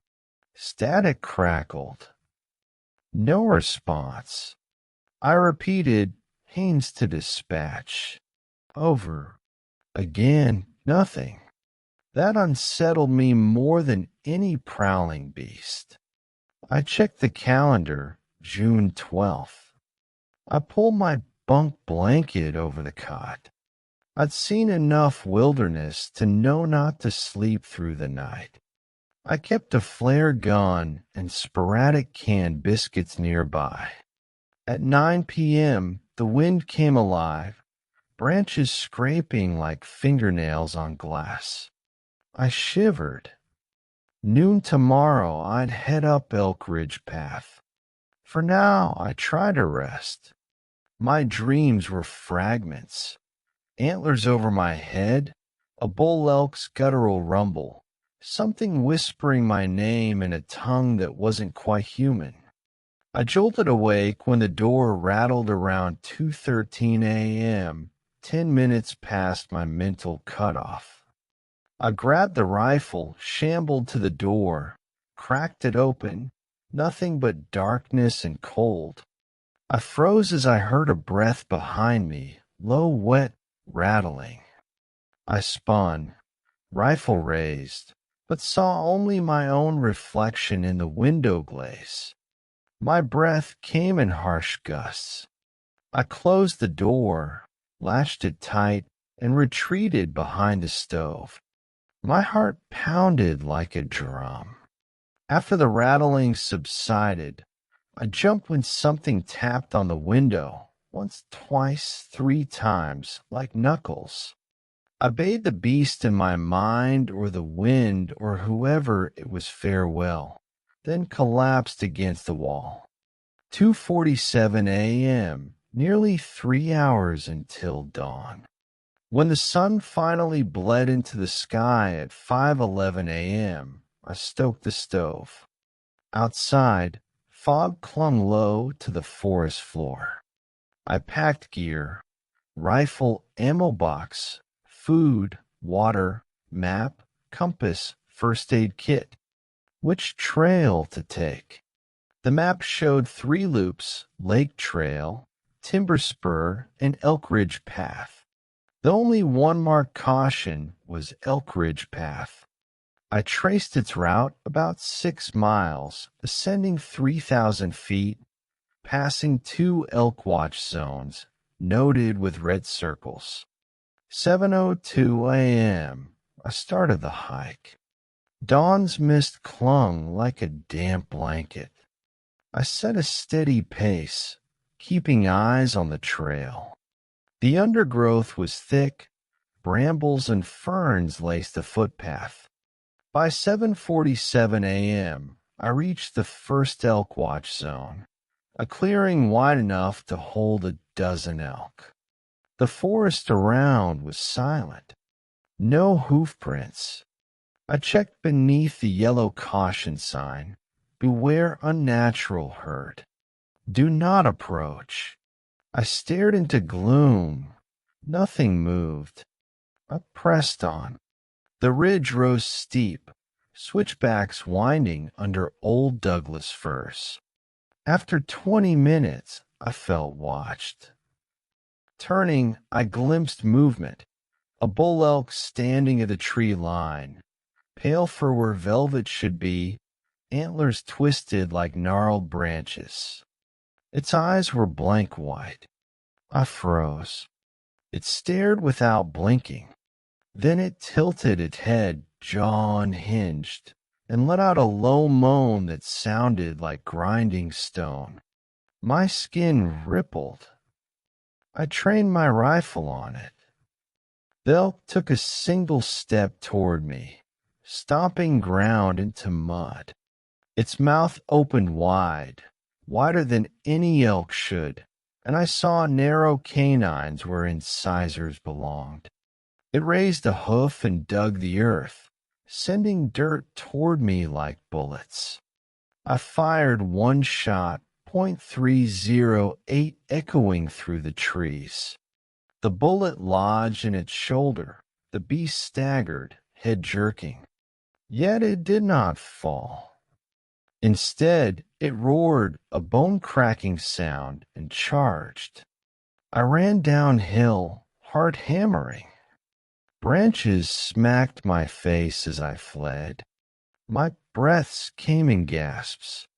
Below, the trail split. Right to Timber Spur, left to Lake Trail. I veered right, hoping that path would lead back to the cabin. The elk crashed down the slope behind me, hooves thunderous, antlers scraping. I leaped a fallen log, slipped in mud, but scrambled up. From behind, I heard it, Haines. Haines, my name guttural broken. I sobbed without thinking, sprinted. I reached a rickety bridge of fallen planks and rotting beams crossing a creek bed. With no thought, I pelted across. Halfway, I turned. The elk bounded behind, keeping pace effortlessly. When its hooves hit the middle plank, the wood cracked, sending me off balance. I tripped, tumbled off the bridge into cold runoff. I hit hard. Water rushed into my lungs. I lurched in pain, scrambled to shore, soaked, mud-caked. The elk loomed above, head low. I scrambled up the bank, wincing as something tore my calf flesh. I aimed and fired. Shot grazed its flank. It staggered, then vanished into the woods. I collapsed. 9:18 a.m. A phone dispatch, voice trembling, Haines to dispatch. Aborted Elk Ridge path. Shots fired.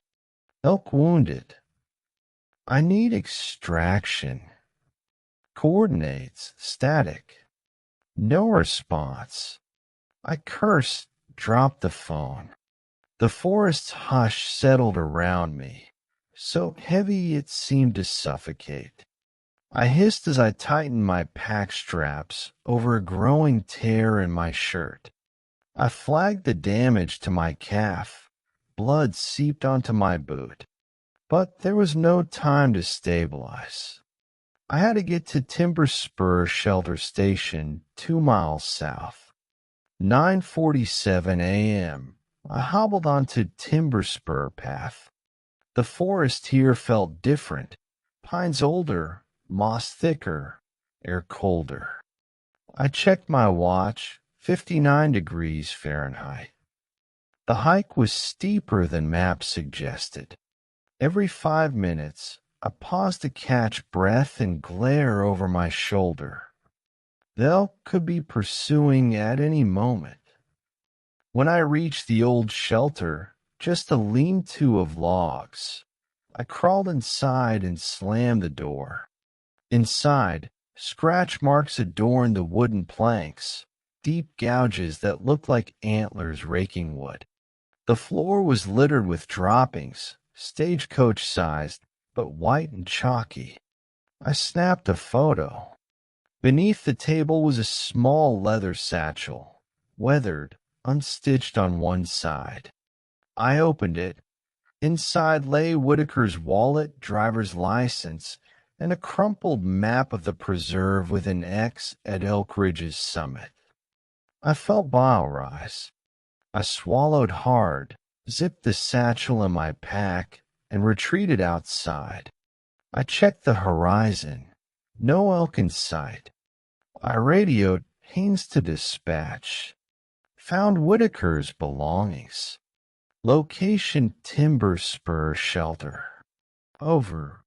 Radio crackled. Haynes, this is dispatch. Do you require rescue? Over. Affirmative. I'm injured. Proceed to cabin at first light. Over. The operator's reply was immediate. Copy. We'll send a team. ETA 18 hours. Over. Heart pounding, I turn off the radio. 18 hours. My booted calf throbbed. Blood stained my sock. I considered hiking back to the cabin, but by then would be exhausted. No choice but to wait. Night one. I stacked firewood, lit a small campfire outside the shelter, though the lean-to's roof offered little protection. I draped my shirt over the logs to dry sweat and blood. As darkness fell, critters scuttled just beyond the firelight. I burned excess paper in my pocket, old trail maps, a torn page from Whitaker's notebook that fell out of the satchel. I stared at the words. They watch. I hear them calling. They look like me. Help. The ink blurred with tears and rain. From across the clearing, I thought I saw two glowing eyes. I aimed a rifle. The shape dissolved, a stag silhouette slipping between trees. I exhaled. A low tremor ran through the ground like distant hoofs. Then the forest fell, deathly silent. My pulse thundered. I propped myself against a log, no instinct to sleep. I waited. 3:11 a.m. Something moved at the tree line, tall, slender. I peered through the gloom, a human figure standing between pines, back to me. I called, "Hello? Anyone there?" No answer, only a rasping breath. I flicked on my headlamp. The figure vanished. All that remained was a dark shape at the water's edge, a pool half hidden by underbrush. I flicked off the lamp. A whistle began, low, broken. We few. It came from the forest, somewhere higher. Pain shot through my calf, stitches I never put in. I gripped the satchel, carefully placed my back to the shelter's log wall, rifle pointed outward. The whistle grew louder, closer, echoing. Then something slithered through my legs, ice crawling behind my skin, a single scrap of damp fur, a deer's flank. I raised my rifle. From my right, a branch snapped. I fired. The shot roared. For a heartbeat, silence. Then a distorted scream, half elk, half human, as would splintered. I leaped to my feet, flares primed, and fled into the darkness, shotgun slung, rifle in hand. My pulses hammered. I had no choice but to run downhill toward Lake Trail, hoping to reach water for a makeshift bandage. My calf screamed with every step. My lungs burned. The whistle chased me. We few. From behind, morphing into a voice, Haynes. Haynes. I stumbled to the water's edge, a small tarn reflecting moonlight. I knelt to wash my wound. My phone slipped from my pocket into icy water. I watched it sink dead. I pressed my vomit-soaked shirt to the gash, blood surging. At dawn's first gray at 5:02 a.m., I heard wings. Above me, two ravens circled. Each time they dipped, they soared toward the trees. Their cries pierced the air. I looked into the tarn, my reflection, face ashen, eyes rimmed red. When I blinked, I saw something behind me, tall figure, antlers, but with human arms. I spun and fired at emptiness. My mind shattered. Day 2. I hiked weakened, following Lake Trail southward. The tarn glistened to my left. The sun rose, bleeding golden light. I passed a sign, Lake Trail, no camping after dusk. I didn't care. I needed to reach cabin. My steps were heavy. At 6:47 a.m., I reached a fork. Right led back to Elk Ridge. Left led to the cabin. I chose left. Mile 2.3.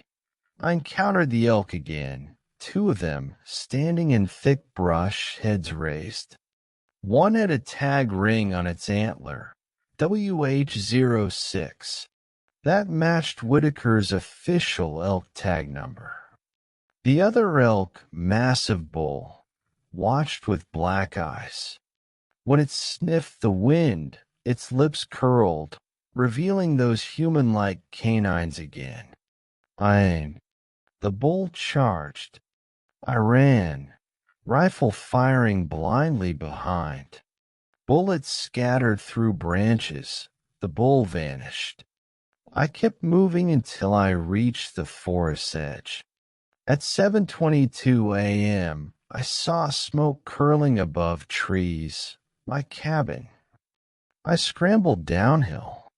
My shirt clung to torn flesh. My pack dug into me. When I arrived, the door was ajar. Rifle rack splintered. I stepped inside. The wood stove lay on its side, coal scattered. On the table was my radio, shattered, its casing burned.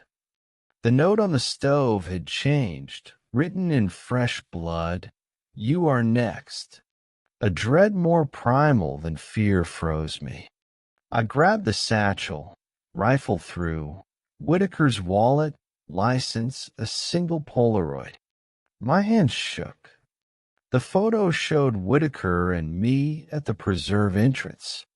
We stood smiling, beers raised, uniform crisp.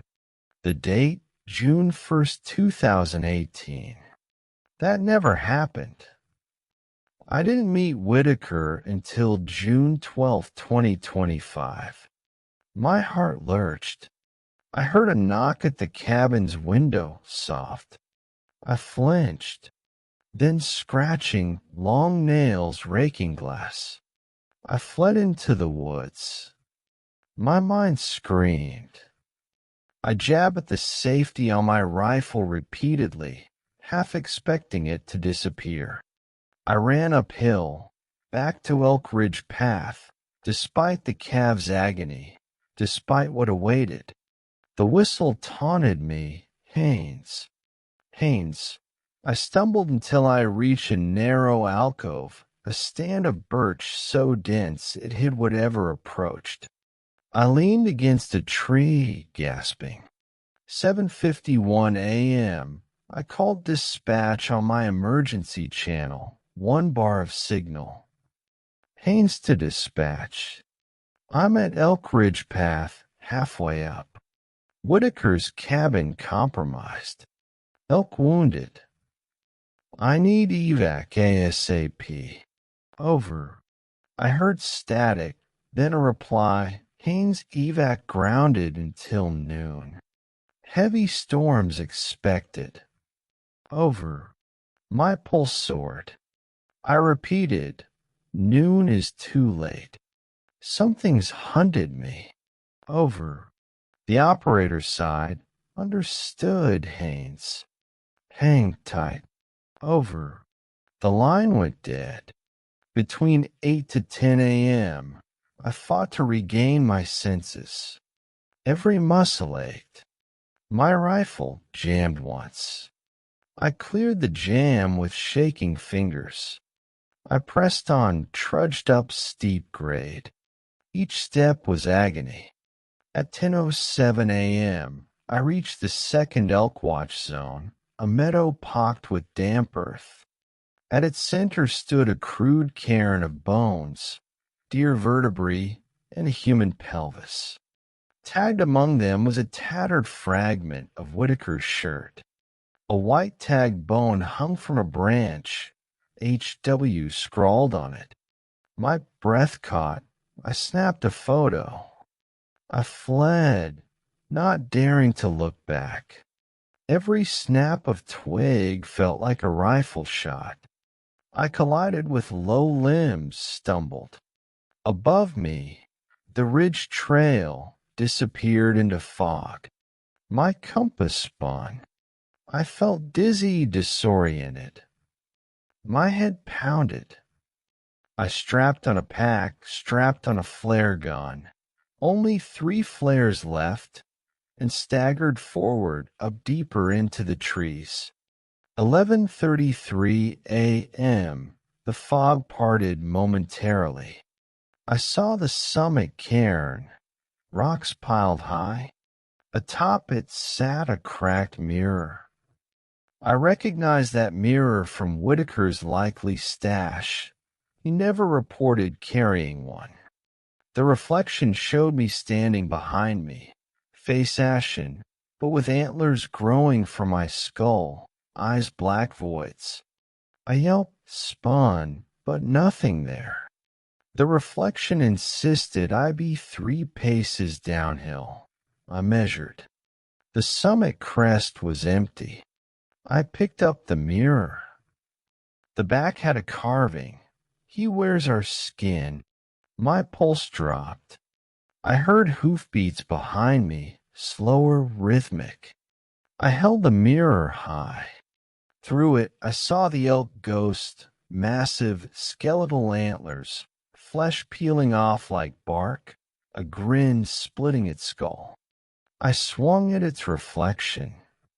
The mirror shattered, shards flying. A wave of sound, hoof slap, closing fast. I ran full tilt down the ridge.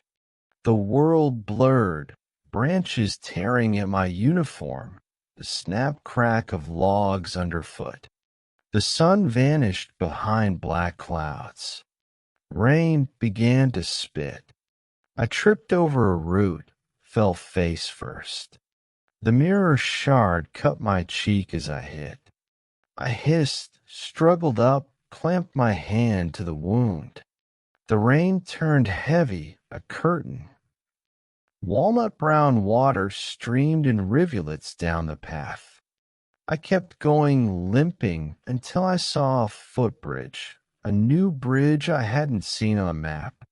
It had a sign Whitaker's Pass with an arrow pointing west.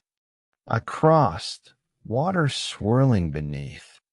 My calf buckled. I fell onto the bridge. I looked down to see murky currents swirling around bone fragments, white shards I couldn't identify. Then the water stirred. A shape surfaced, a human skull, eye sockets empty, antler stubs sprouting where cheekbones should be. I screamed. My rifle gradually slipped from my clasp. I scrambled to my feet and ran off the bridge. 12:47 p.m. I reached a flat rock outcrop above a small plateau. I heard voices in my head. Haynes, Haynes, come home. My vision blurred. I dropped to my knees, vomited. Then I saw Whitaker, leaning against a tree, blood-soaked shirt, antlers sprouting from his scalp. He held a pistol in his hand, aimed at his chest. He lowered it, head drifting toward me. He smiled. Then he vanished. My chest seized. I pounded the ground. I screamed into the forest. Rain hammered. I felt hopeless. Noon passed. No helicopter. I radioed Haynes, evac. Over. Static. I ran to my knees. A sob tore out. 1:02 p.m. I heard hoofbeats again, slow, methodical, coming from above me. I looked up. A herd of elk stood at the plateau's edge, dozens of them. Not any ordinary elk. Each looked gaunt, flesh peeled in strips, antlers jagged. But their eyes were the worst, pupils like black holes set in white skulls. They stared at me as I stared at them. I slipped back behind a rock, flashlight beaming. The beams illuminated their emaciated ribs. Their pelts hung in shreds. I saw Whitaker's tag, still dangling from a tattered antler on the lead bull. That bull spoke, his voice an echo reverberating in my core. Haynes, join us. My legs gave way. I sank to my knees. My mind fractured. I raised my rifle as if to fire, but my hand shook so violently the barrel spun a half circle. The bull advanced. The other elk followed like a train of wreckage. I backed up to the edge. My heart thundered. Below, the plateau dropped into a ravine too steep to climb down. I faced the lead bull. His breath was hot in the cold rain. He lowered his head. Antlers arched skyward. He charged. I squeezed the trigger. The rifle barked. Bullets rattled off bone-white fur. No effect. The bull slammed into me. I felt ribs buckle. I tumbled backward over the cliff's edge, rifle flying from my hand. Mid-air, I glimpsed the herd crashing behind, hoofs pounding, antlers striking rock. I shouted. I braced for impact. Thud. My world went dark as I hit a slanted outcrop. Pain exploded. I slid down an embankment, struck 3 more ledges. I finally crashed into a cluster of ferns on a shelf 20 feet below. My breath left me. My body twitched. I saw the herd at the top, antlers cutting sky. Then they staggered and vanished. 2:26 p.m. When I woke, rain had ceased. Sun broke shards through the fog. My leg throbbed. My back was wet with blood. My rifle lay 10 feet away, bent in half. I dragged myself to it, pried the stock free of mud. I loaded the last round from my pocket. I aimed uphill. Nothing there. No elk, no Whitaker. I exhaled. I used my belt to fashion a tourniquet around my calf. Each breath felt like knives. I had to reach the cabin, no other choice. I pulled myself up the slope, using rocks and ferns to ease upward, every inch agony. Birds sang overhead. It felt unreal. 4:03 p.m. I reached the plateau's ridge. No sign of way down. The herd must have dispersed. In the distance, a thicket parted. Sunlight glinted on a glass pane. I recognized the mirror fragment lodged in a stump. I crawled to it. The mirror's surface reflected my face, blood-soaked hair, torn uniform, eyes hollow. But behind me, in the reflection, I saw the elk herd, standing in a ring, empty eyes fixed on me. I screamed. The mirror shattered. Schemes of crystal fragments skittered down the rock. 5 p.m. Dusk approached. I felt hopeless. I radioed Haines to dispatch.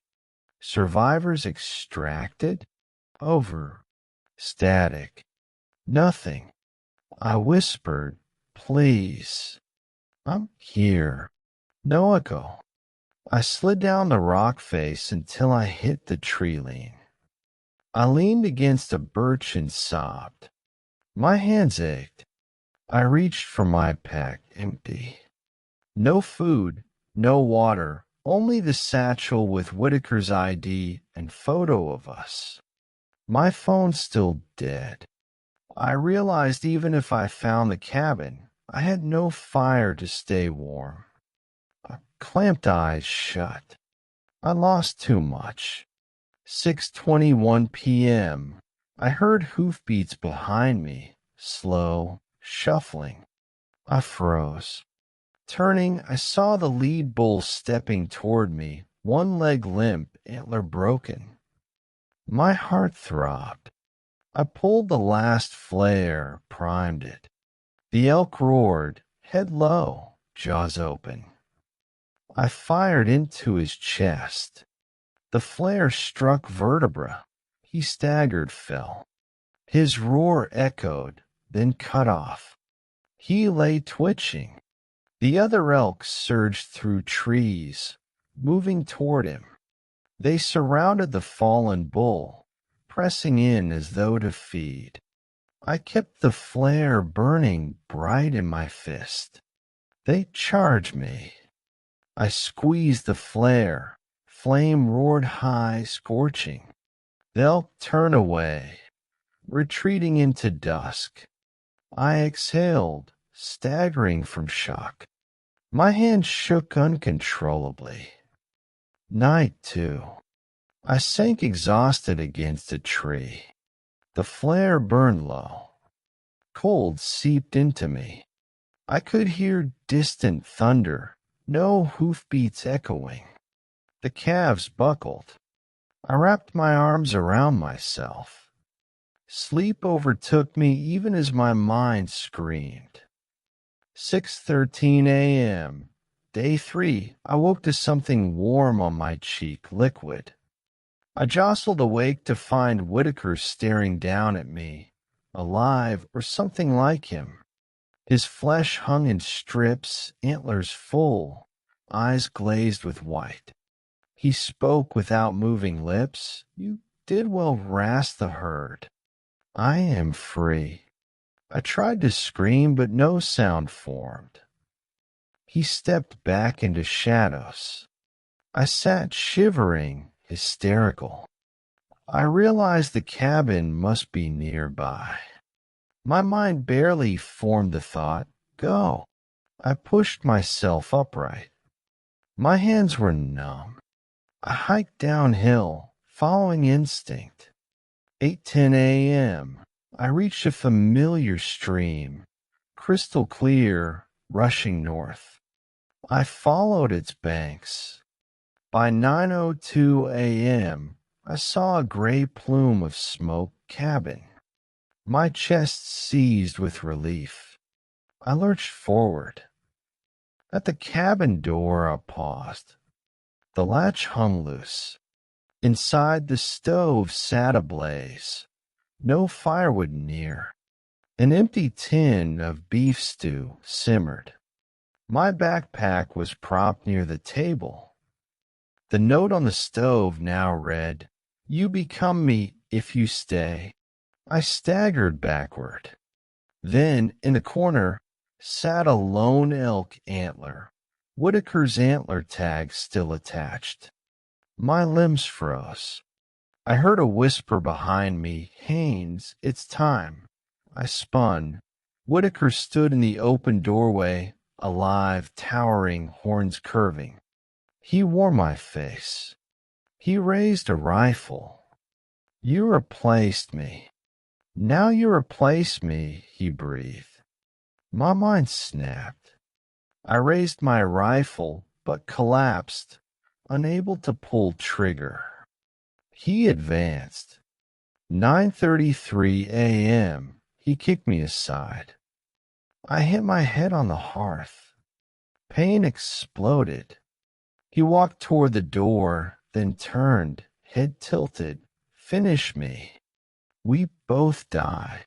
I knelt, trembling, rifle barrel shaking as tears fell. I whispered, I'm sorry. My fingers squeezed the trigger. The shot tore through his chest. He staggered, cracked the door frame as he collapsed outside. I crawled to him. His eyes flickered with recognition, then darkened. He exhaled one final breath. Thank you. Haynes, his body dissolved into ash, and antlers collapsed to the ground, a pale pile of brittle bone. I stood, trembling. The cabin door slammed behind me. I spun around, no one there. The fireplace coals were cold. On the table lay my rifle, cracked in half. I staggered outside, looked around. No elk, no sign of the herd. Only morning fog curling around tree trunks. 10:05 a.m. I radioed dispatch, Haynes to dispatch. Bell, Whitaker, see above. I'm badly injured. Need extraction. Over. Static crackled.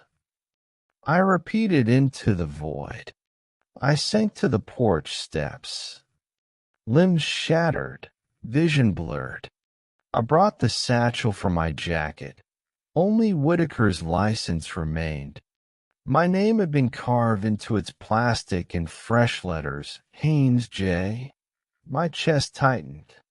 I pressed my phone into my palm, 2 bars. I dialed 911, voice croaked. Can't make it, send help. Don't let them. Take me, please. I fell unconscious. 12:47 p.m. When I awoke, I was strapped to a stretcher, medics hovering. My vision cleared.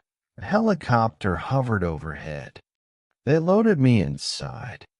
The forest rolled away beneath us. The cabin small, gray, smoke swirling from chimney. I saw elk ghosts milling at the tree line, antlers jutting like knives, their eyes empty. Paramedics administered IVs, taped up wounds. The chief ranger met me as I stumbled off the skid. Haynes, thank God you're alive. We found footprints leading from the lodge. You gave us coordinates. How's Whitaker? I stared, voice rasping. He's free. The chief's face drained. They flew me to an infirmary at Park HQ. X-rays showed multiple fractures, ribs, tibia, pelvis. I was admitted. The next morning, they wheeled me into counseling. I handed the counselor the satchel and the photo. She stared at it, Whitaker's license, my name scrawled over his, and a Polaroid of us smiling 2 times, once in 2018, once in 2025. I closed my eyes. Weeks later, I woke from nightmares drenched in sweat. I still hear hoofbeats in urban streets. I still smell pine pitch when I'm alone. The TV flickers with static, and I swear an elk silhouette passes behind. I see Whitaker's pale eyes behind store windows at night. The counselor says I'm in recovery, but I know I cannot recover. They performed a site survey at Old Hollow. No cabin, no shelter, no elk prints. Satellite photos show only dense forest from above. The cabins never existed. Dispatch logs confirm Whitaker never reported missing until June 13th, when he actually perished. No pilots saw my chopper land at EL 5200. I never arrived. I lost my job. My partners worry about me. I drink my coffee black, stare at my scarred calf. No sign of healing, just ridges. They recommended I move, start fresh in a different state, change my name. I considered it. But the moment I try, I see the elk, antlers in silhouette, and hear my name in the night wind, Haynes. The preserve exists only in memories and satellite glare. My name sits on dispatch roster, J. Haynes resigned. No mention of Whitaker's antlers. One small footnote, possible loss of temporal reality. Ranger believes stuck in loop. I live now in a small mountain town 300 miles south. Each dusk, I climb to a ridge overlooking pines. I carry a single flare gun, one shell, a compass that spins wildly.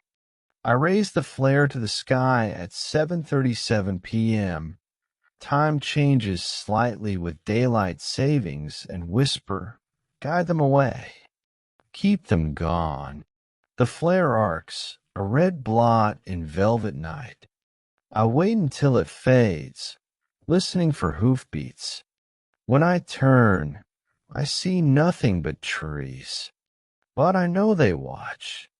I know Whitaker's voice is in my head, soft rasp. They follow. I grit my teeth, lean on my cane, and walk home.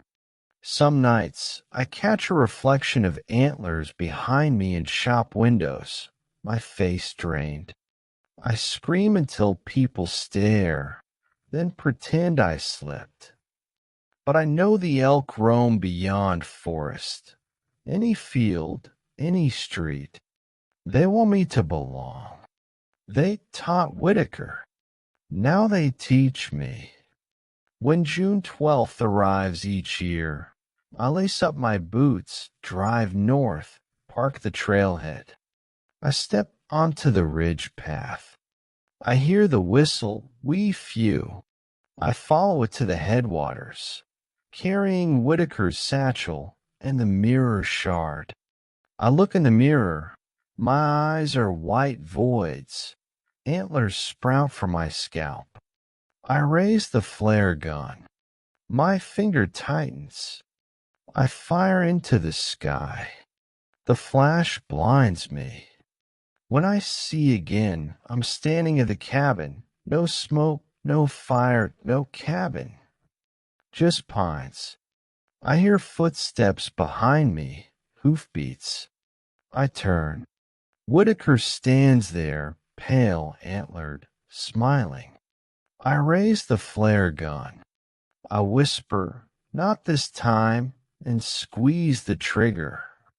The blast echoes through the preserve. Whitaker staggers, blood blossoming on his chest. He falls, horn-naked face turned to sky. I step forward. He dissolves to ash. I kneel, dragging my coat over his antlered skull. The herd emerges from the mist, eyes empty, tongues lolling. They circle me. My pulse roars. I hold a flare high. They whinny, an otherworldly choir. I raise the flare, stay away. The herd stops. Their heads tilt.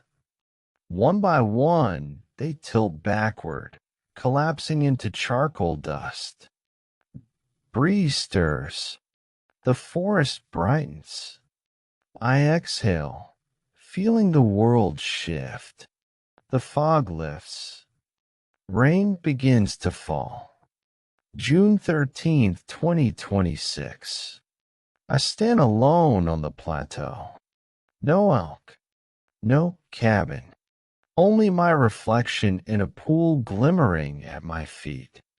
I see myself antlered ashen hollow. I reach out, touch the water.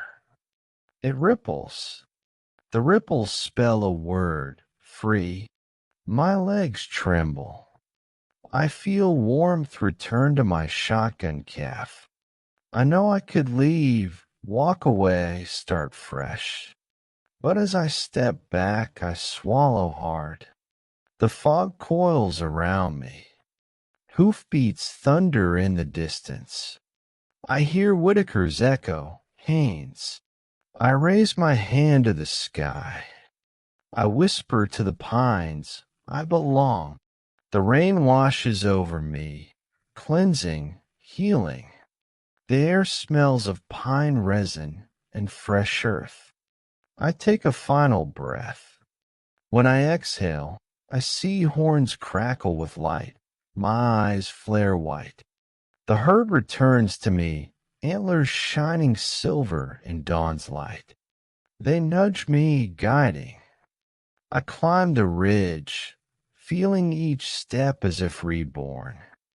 I reach for my flare gun, tossed aside at the summit. I pick it up. It clicks empty. I smile. I look to the north, where the forest stretches infinite. I lift the flare gun overhead and grin at Whitaker's empty antler rack leaning against a boulder. The herd circles behind me. I soft. I exhale. Let's go home. And for the first time in 8 days, I walk forward without fear.